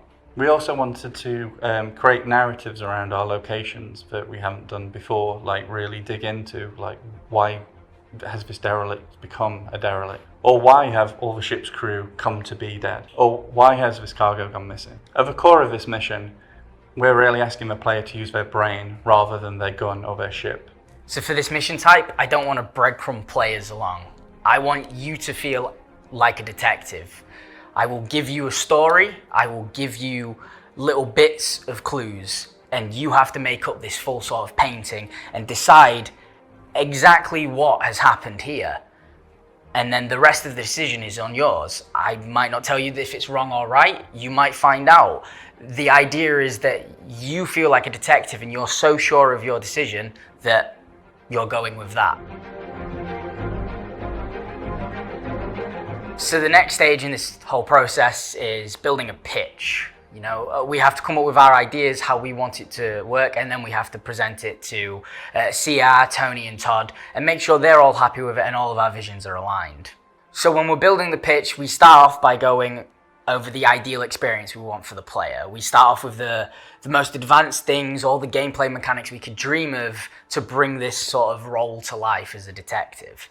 And then we have to start looking at stripping it back to see when we can release it, what's the minimum viable product for this experience. And in the case of the investigation mission, we came up with two. So the first pitch is extremely simple, and it revolves around being able to find a definite answer, like something that is undisputable. For instance, we came up with a mission where there is a repairman that's gone missing, and you can go to his office and you can find some correspondence that will lead you to another place, which will have his like work itinerary on there, and they're all crossed off until one. And if you're smart, you'll go to that location, and should you go to that location and do a little searching, you'll find his body there, and he's been like electrocuted, fixing the final thing on his list. And there's your. The guy has tomato juice all over him. What happened here? It's more about allowing the player to choose when they're done, like when they think they have solved. So yeah, I like this idea that you're like, you're over here saying, you guys can't really read this text as well, but it says your assignment: investigate the summer rain and find credible evidence about who was responsible for the life support system failure. A bonus will be paid for you if you submit indisputable evidence. As your objectives, travel to the investigation site, find evidence of credible suspect responsible. And then literally they don't even tell you. Like, some games would be like, research the leaky faucet, or find out why the door is broken. Like, they tell you where to go to investigate. And I love just from this early look, at least, it seems like they are going to set us up in an area. We'll probably utilize FPS scanning, which is probably a pretty decent reason to hold this back if they were looking for tech reasons to not launch this. But we'll probably use FPS scanning to find objects that are of certain importance to these missions.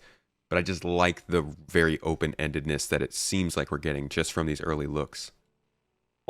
The mystery.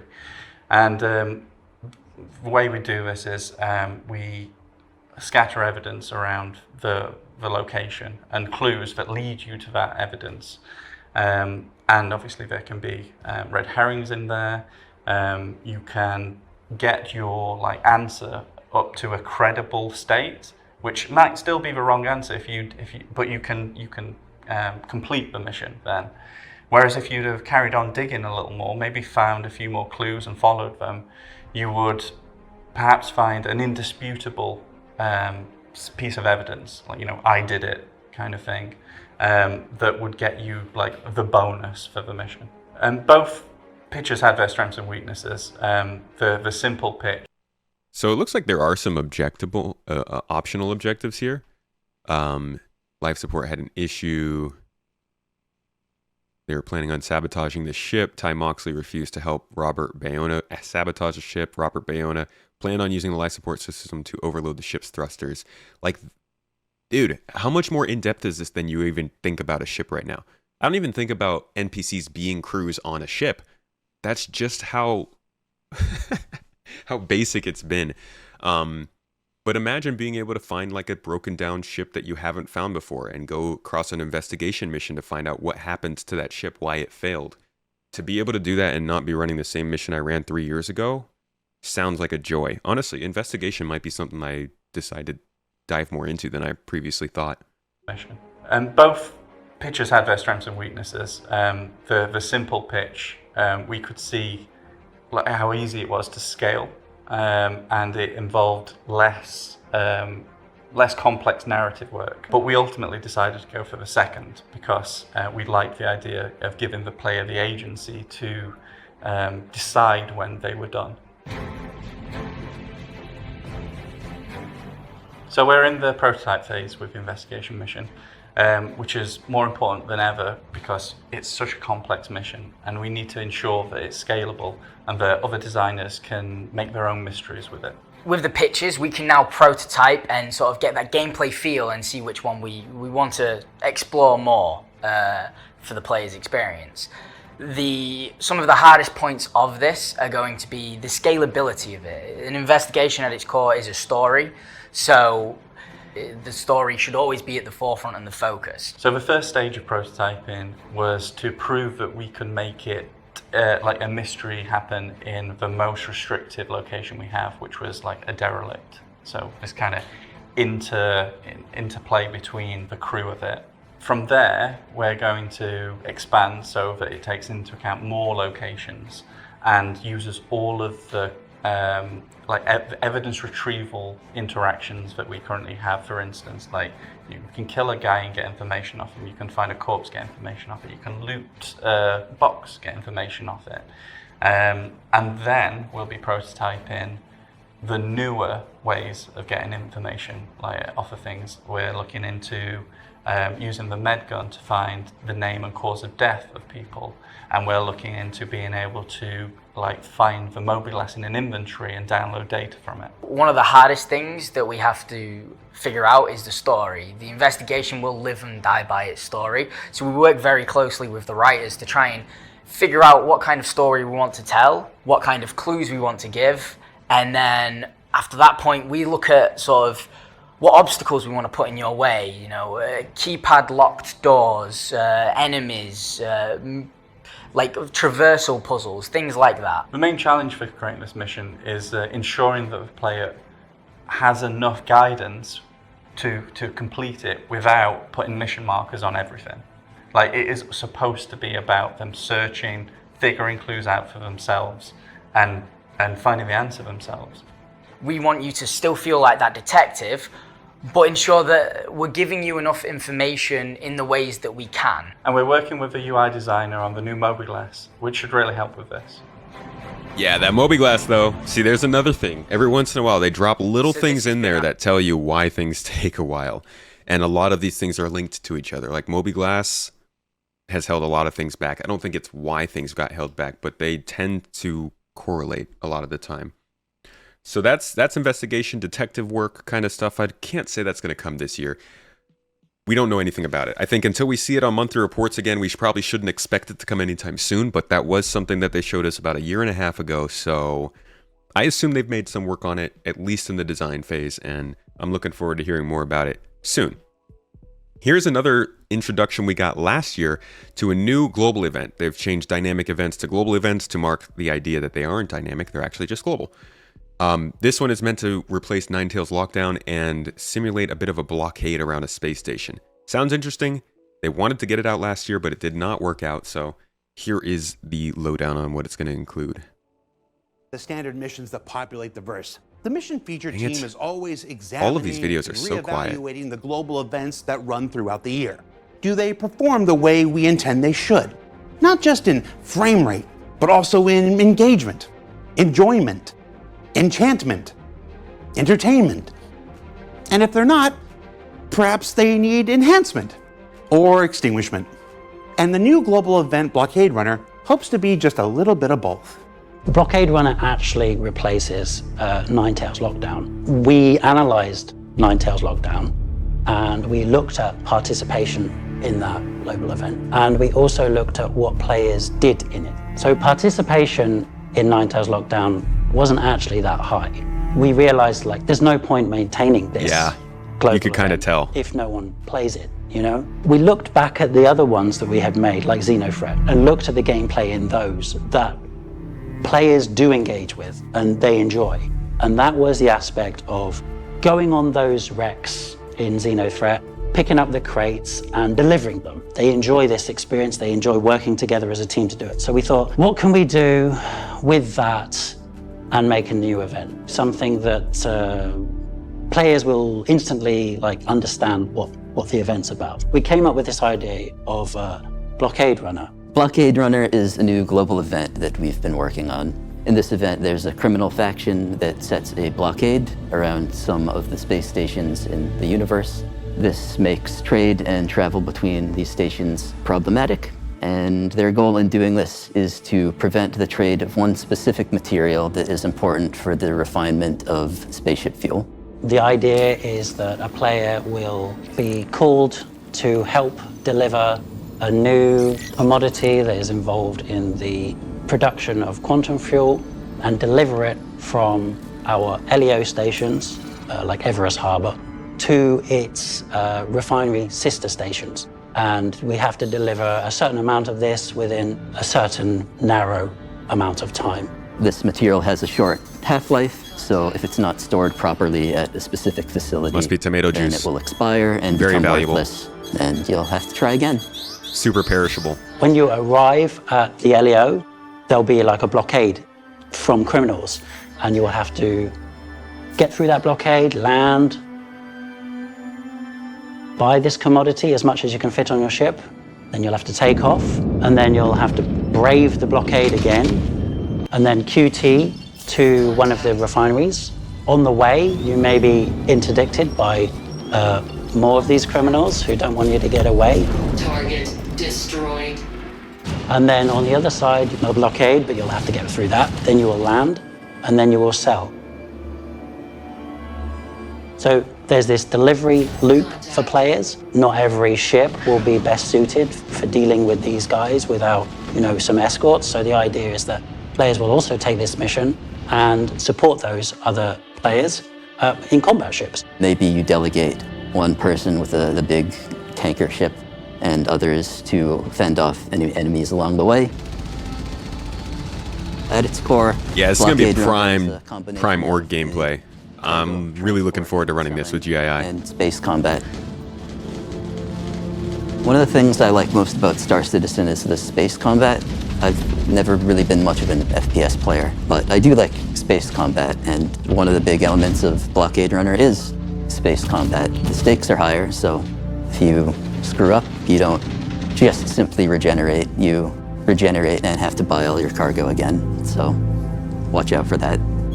As the dev, I've been playing this entirely by myself up till now. We're going to be going through some playtests soon, so we'll be able to experience the mission properly, but thus far I've been playing it solo with a ship that can both fight and transport. What ship are you? The Cutlass Black. It's the best ship for everything. Like dying. So, what did we learn this week? Well, we learned that missions like Data Heist don't just give players more ways to play, they also give mission designers more tools to play with. That, like every other aspect of Star Citizen, global events are continuously... You didn't play Nine Tails Lockdown, but heard it wasn't really good. Let me introduce you to the very beginning of this episode and what they were saying about it. Hopes to be just a little bit... We analyzed Nine Tails Lockdown, and we looked at participation in that global event. And we also looked at what players did in it. So participation in Nine Tails Lockdown wasn't actually that high. We realized like there's no point maintaining this global event if no one plays it, you know? So you weren't alone. I didn't play it either. I tried it once and did not have a great time, and I think they realized that while the idea is solid and it's there and it's good, not only was the game just not in a place that was ready to support it, as well as like just the way that we played, but it also just did not function very well. They need that quantum economy. They need more abilities to use the commodities for that stuff. So I'm guessing that's kind of what they finished for this version. All right, here we've got another mission that was introduced last year as a pretty exciting one. You were supposed to basically invade a barge on Crusader, and it would be almost like a PvPvE mission where you would fight Nine Tails while also defending from other players, while also trying to protect cargo, but maybe steal some for yourself if you wanted. Pretty cool mission. Still isn't in the game, but I think it's coming soon, probably this year. Here's the lowdown on that. One of the things farther ahead that we're working on is Barge Heist. It's basically taking what we know to be popular and fun in this game, so something like Jump Town, but we're making it have a finite resource and a much more interesting location. What we're doing is allowing players to buy in information similar to how some of the salvage contracts work. And from there, they get the information about where this cargo barge is, owned by Crusader, and happens to be just in the middle of this heist situation where the Nine Tails are taking it over and they're trying to take all this stuff from Crusader. It's the barge that we use in Siege of Horizon, heavily modified, so there'll be lots of entrances and exits. What's great about using the barge is that we can put it anywhere on Crusader, you know, far away from the landing zones or anything that, you know, may cause performance to dip. So there should be no performance impacts. We've placed a terminal, a cargo terminal, inside of the container interior of the barge. And when players find this terminal, they can turn it on to open various containers using different kinds of ID codes found in the environment. Basically, you unlock several cargo containers belonging to different companies, and different companies have different items in there. So hopefully, players will learn which containers might contain what types of materials based on the brands, right? Crusader Industries is transporting completely different types of loot than maybe, say, ArcCorp is. The cargo containers open all in different rooms around that location. You're fighting over every single box, trying to hold down like a room. There's no way you can hold down the entire thing unless you hold all the entrances. The location is so like so much of a maze. You'll have people stumbling in and out of it, and lots of people wondering, you know, oh, is this person here to steal a box, or is he just trying to get through to the next room? What we really wanted to achieve with this is give the players complete freedom of which side to take. You don't take a contract from Crusader asking for help, or from Nine Tails wanting you to help them to take something. In future, when we have reputation-based hostility and you can make friends with these guys, they will be your cover. So I can see plenty of exciting PvP action that's going to come from this mission. So that's a brief look at some of the things the mission team has been working on recently. We can't wait to get in your hands, especially the ship trespass system. That's going to change the game completely. Yeah, so the ship Trespass came in 322. It's a good addition, but it also doesn't... It's like just part of the addition. Fighting people off your ship has not gotten particularly easier because of it. You just don't get in trouble. They also talked about the retrieve consignment missions, which we're all running already. We know these ones. And the Crusader platform missions. The rotation, which limits as well as the salvage contracts, which we use. All of these, so these first 4 are all things that have gotten into the game already, and I actually quite enjoy all of these. Salvage contracts have been good, as they've been tweaked. Crusader missions, we should actually spend a good day repping through that to see if we can get some better options there. Consignment missions are good fun. Love running those for a long amount of time. And the trespassing, like I said, it's a move forward, but it's still not perfect. Let me show you one of the other jobs. I didn't even think about doing missions for this. I don't know if they're going to release missions for engineering gameplay, but I think it's reasonable for us to just look at engineering gameplay real quick and maybe just chat a little bit about what missions that use this kind of gameplay will look like. Because 100% you guys should all expect, at least I'm expecting, and I think we should hold CIG to the standard, that we will be able to sign up for missions that have us go on capital ships controlled by AI and just make sure the ship keeps running while they do their stuff. So to give you an idea of what that looks like, here are a couple snippets of engineering gameplay. This is more of the repairing side, and he'll explain as we go. And then we'll look at more of the actual engineering side where you take care of the ship. Full efficiency again. Freaking sound. And here you also see that the shield generator is at 0 health. So the destroyed shield generator cannot be repaired because it's destroyed. So I have to exchange it with the spare one that I collected from the Gladius.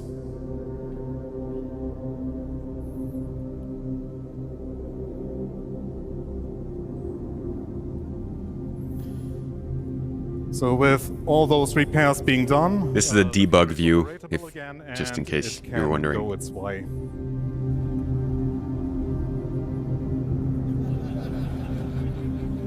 So in this instance, basically a ship came in. So there's the health state of each item. It's not doing well. The generator is fully destroyed, and the power plant that I'm about to take out now is in low health. So the idea of these ships is they are a bucket of components, and these components are what take the damage. So right now, we think of ships as just being a balloon. Once it gets shot enough, it pops. But in reality, it's more like a rock. No, that's kind of stupid. It's like a building. These ships are made up of a bunch of different parts that can all take a certain amount of damage before failure. So if you're getting shot a bunch, it doesn't mean you're going to explode.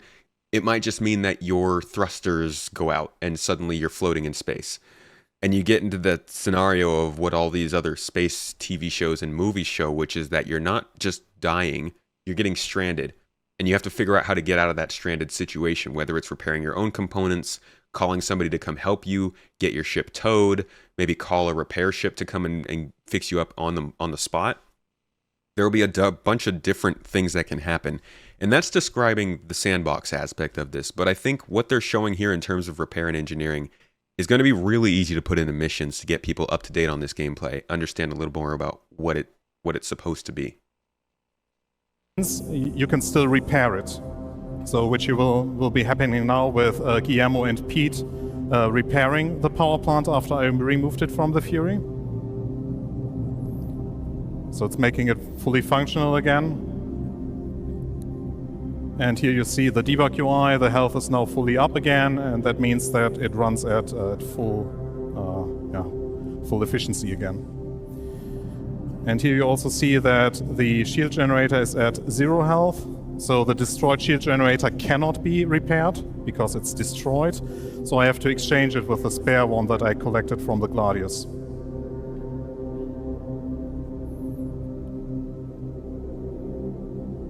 Okay, so we saw the other part of this already. Basically, they get all the systems back into the ship, the components start working, it links into the system, and the game just knows, hey, you've put a fresh component into this spot, now you can run with it. The other side of engineering is managing the ship itself. You've also got tuning. We won't talk about that today because that's going to be more in depth, I think, its own thing. But you've also got management of the ship's systems, life support, gravity, heat, thruster power, power plant power, batteries, all of these things need to be functional in order for the ship to run at its best possible performance level. Now, you don't have to focus on that. Personally, my car outside ain't running that great right now. In all honesty, it's given me a couple of signs that worry me. That's going to happen with your spaceship. You don't have to have it running perfectly. You can have signs that worry you. Doesn't mean you're going to blow up. Some people are okay with that. Some people want it to always be at tip-top shape. And the idea behind this system is just to let you do what you want with your ship and run it however you want. Doesn't mean that you have to be constantly paying attention to every component so that your ship works. It's just about maintaining a ship, much like a car. So here's the kind of gameplay that I think could be fit into missions for doing this kind of stuff on AI or other players' ships. Relays, the green dots connecting to each other, and the relays connecting to the items. Color and shape below the icons should help you identify the different item types, like power plants, weapons, also helping differentiate between consumer, producer, and converters. You can tell the current state of the item, that means the amount of energy it produces, consumes, or has stored. The health state it is in, the current wear and tear on the item, and the current state it runs in, like charging or being in an idle state. You can directly interact with these items, turn them on and off, and in the future even switch their states. If you hover over a relay, that I will be hopefully doing soon, you will also see that the amount of fuses that are still active and because a relay consists of several fuses, basically they're their own set of lives. And here you see all the details. You can click on the items to see a 3D render of the power plant here, the quantum drive, sorry. And here's the relay overlay. Here Pete shoots a relay to show the UI updates on the screen. So once this relay got shot at, you will see the update here on the UI that suddenly the entire right-hand side of your ship lost power connection. And what you might have not picked up on the screen is that actually the power plant here that I'm now focusing on is on low health. So I'm commanding Simon to repair the power plant to get it fully operational again.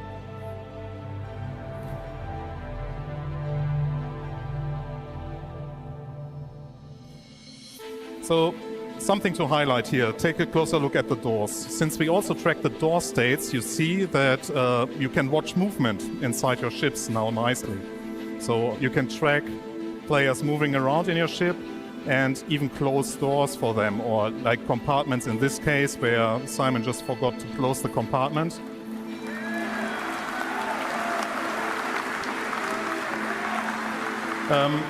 So Pete destroyed the relay, but we need the ship in fully functional state. So I'm running now with a fuse and place it in the relay, so make the relay work again. What you can also do with the doors is that you can create safe pathways, because you sitting at this engineering screen have more information in regards to your ship than the others. So you open doors to create a path that the players on your ship have to take.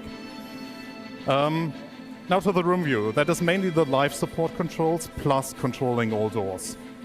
Again, we show the details of each room, like the temperature, pressure, atmosphere composition, so everything that is relevant for like you living on a ship. We also show the door states where you can now have precise control over each door in your ship. That's pretty crazy. Like being able to switch open doors and stuff, the amount of cool scenes you can make now when people are controlling doors and lamps for other players. I'm thinking about this from like the machinima perspective. If you're shooting a video and you want like that really nice dramatic slow motion, somebody's walking up, it's going to be so easy to just control every light, every door, everything you need for all these shots on the spot. This is really cool. I'm a huge fan of this, and I think that this is going to add a lot of gameplay to industrial players when it comes to missions and sandbox gameplay. Let's look at a little bit more before we move on. Actually, here, let me show you a demonstration. So this is, damage has been buffed a ton. Everybody please, if a mod could pin that in the chat, this is not a real-time demonstration of how this works. Everything has been exaggerated just to show what something might happen over the course of 20 minutes or something, but this should give you an idea of how a mission like this might play out. I have to excuse myself already because I was leading this group of players being attacked by the Gladius, and I did a poor job, but more to that in that video. Yeah, Guillermo, we wanted to talk about... So for this demo, we have modified the damage system slightly to represent impact penetration on a very basic level. So you are going to see that the quantum drive is going to be hit by the Gladius attacking the ship. So, yeah, being attacked by a Gladius for an A2 isn't like a big challenge, but in this setup we were not like fully staffed. That means we had our engineers running around and yeah, no one being seated in the turrets. So, yeah, our goal was basically to flee the Gladius, and yeah, with the Gladius actually shooting the quantum drive and damaging it, I thought, hey, it's a good idea to tell Pete and Simon to repair the quantum drive as a priority. As you can see, I somehow missed that the habitation room caught fire. I tried to, yeah, well, prevent further damage to it, but yeah, I failed. Yeah, so that was causing a bit to the panic, so I even got distracted in this moment. So we managed to have the quantum drive survive, but here I notice, oh, actually the power plant also starts to take damage, and at this moment I'm also telling Pete and Simon to switch their attention to the power plant, because if we lose the power plant, it's also like almost impossible to flee. So here I realized, oh my god, we are going down fast, and I think at this point now, yeah, I opened the compartment to make it access faster, but that was already too late, so the power plant died. And yeah, so the backup is to activate the batteries, which I did here. So Simon and Pete still tried their very best to fix it, but yeah, didn't manage to. Yeah. The attack moved to the forward side, targeting the batteries, because the player who was attacking us actually knew the ship layout. And yeah, here I noticed that the second power plant is also got attacked, so have to redirect our mechanics to it. And at this point we wanted to flee, and then I realized why doesn't the quantum drive work? And as you saw, that there is a relay that also got destroyed. So here you see it very clearly. Yikes! That with a relay being destroyed at the quantum drive position, that means that the quantum drive cannot be accessed from the pilot seat. That means that yeah, I also had to get that repaired. So it was a bit chaotic. Did not go well. Everything was also happening a bit too fast. Here trying to save the second power plant, because were already running out of battery life. So yeah, if we would have lost the second power plant, that would have been our certain death. And I think at in the next part of the video, we basically asked someone to fix the relay at the back, so that we still be able to jump away. So engineering is going to be hectic with these bigger ships for sure, and I think there's a lot of opportunities for missions and different types of mission gameplay there. Let's look at another big place where like we were expecting some movement on this last year but didn't see too much. Bounty hunting. We all know bounty hunting is one of the more popular ways to get into this game, especially because you got reputation and pretty easy missions. But those missions are going to change. I don't know if all of them will change, but not every bounty hunting mission is going to be fly to this place and kill this person anymore. It's going to be fly to this place, scan, use the comm arrays and ATC to track your target, figure out which location they're at, track them down, disable them, restrain them, put them in your ship, fly them back to jail, and then you get paid. Like, the amount of differences in how bounty hunting is going to work after they introduce this new system might piss off a lot of people, but we'll have to see if they keep the more simple kill and report missions in. Here's a look though at a very, very quick look at some of the infrastructure they're building for these bounty hunting missions. We don't have many signs of these being made other than the locations, so I don't have much more to show you, but this will give you an idea at least of how the game loop will work going forward. Giant. And down on the surface of Hurston, work is underway on early white box phase of local law enforcement offices, a place for players to utilize the next evolution of bounty hunting gameplay we'll discuss more about later this year, to collect, or in this case, drop off the captured bodies of criminal outlaws collected by players. Now the drop off here is right up front, because in early tests, it was getting kinda weird just walking through the hallways, pushing bodies deeper and deeper into the facility.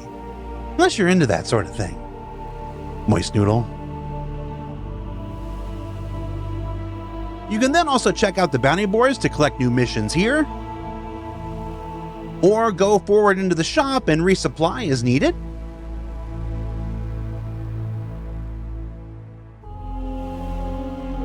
And there's an office for meetings, but who needs more of those in life? And then we bring ourselves to the detention area, where a number of cells can vary from location to location. I suspect that many of you will be looking forward to spending your time anywhere else besides Kleischer, even if it's just a jail and not a prison. Kleischer? Also in white boxes, the pre-production blockouts for a variety... That's actually another place we could actually look at for missions. So yeah, as people were saying in chat, Dead or Alive will probably still be a thing.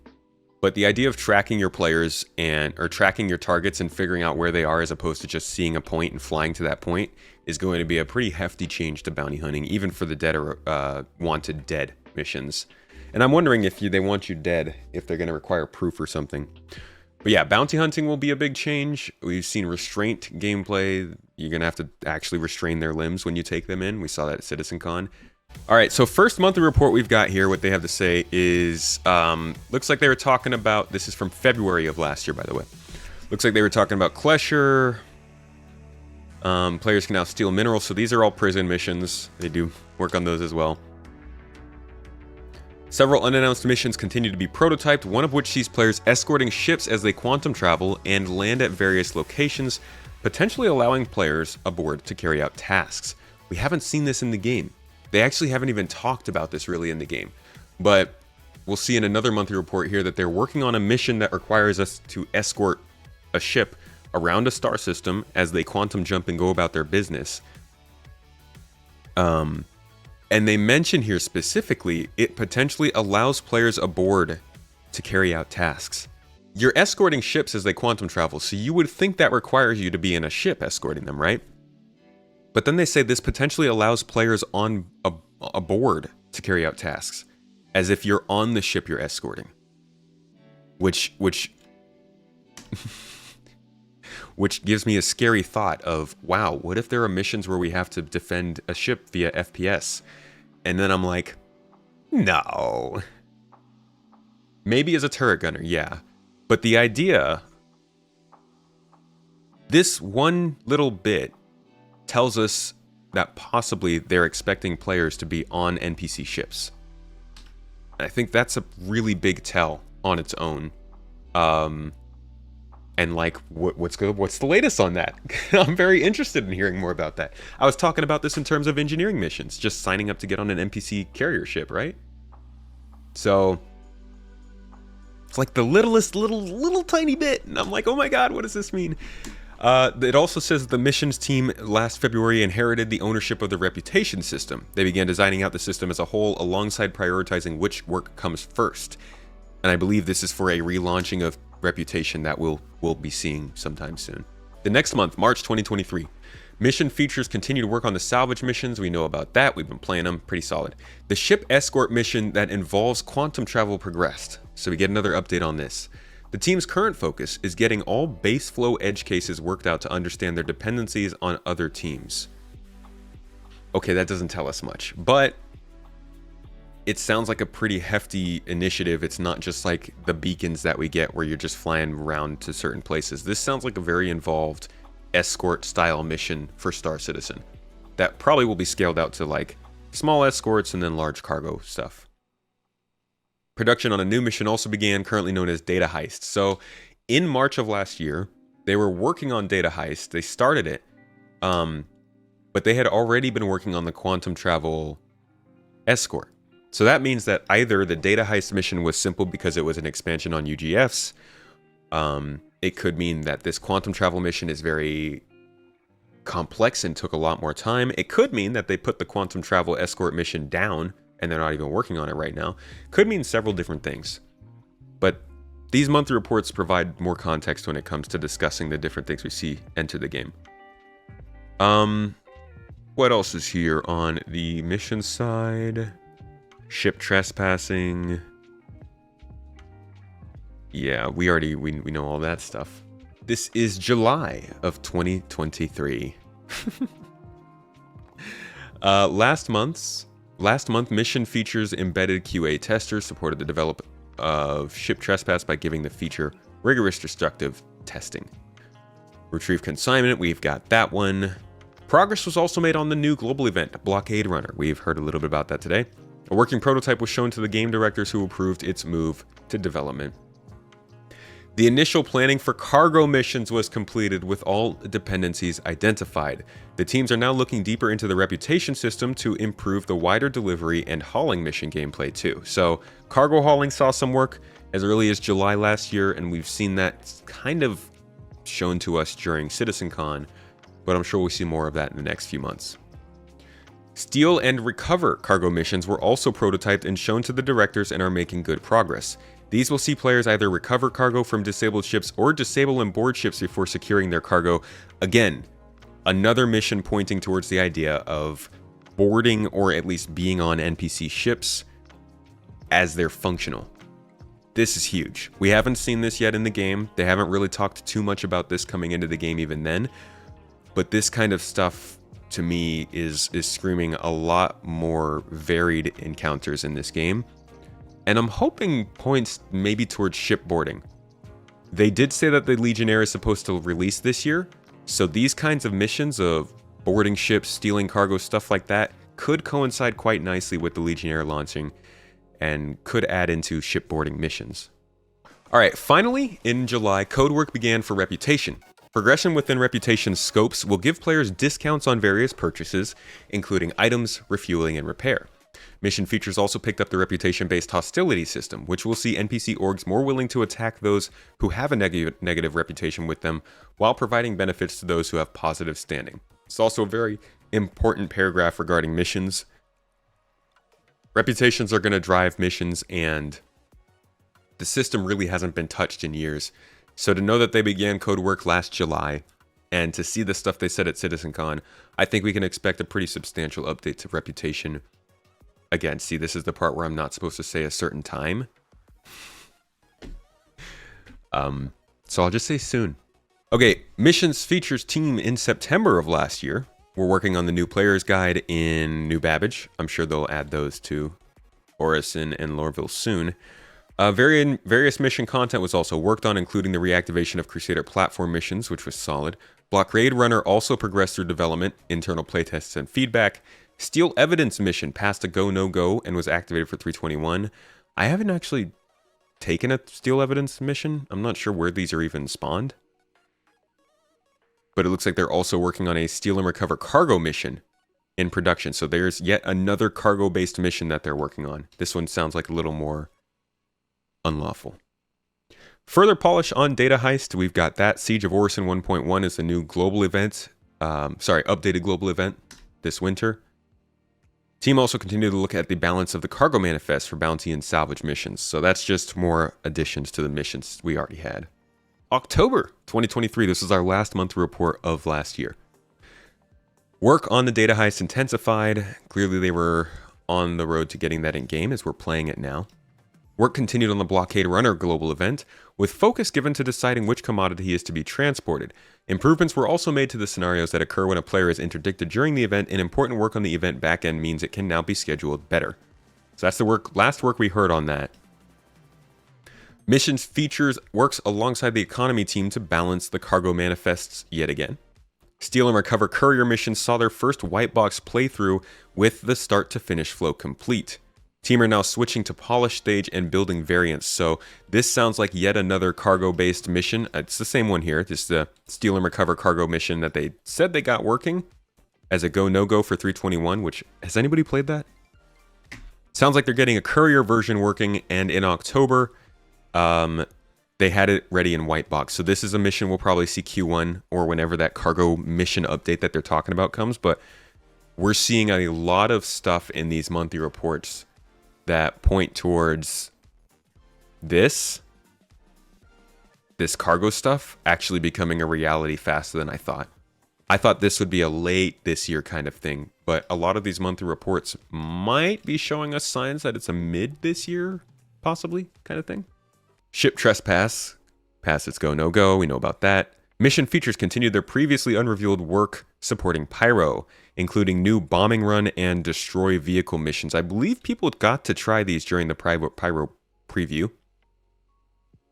These use a variant of the destroy item module used in the destroy drugs mission. So that's a sign of them using one mission to create others. They also began setting up and implementing the AI trait system shown as CitizenCon. That's good.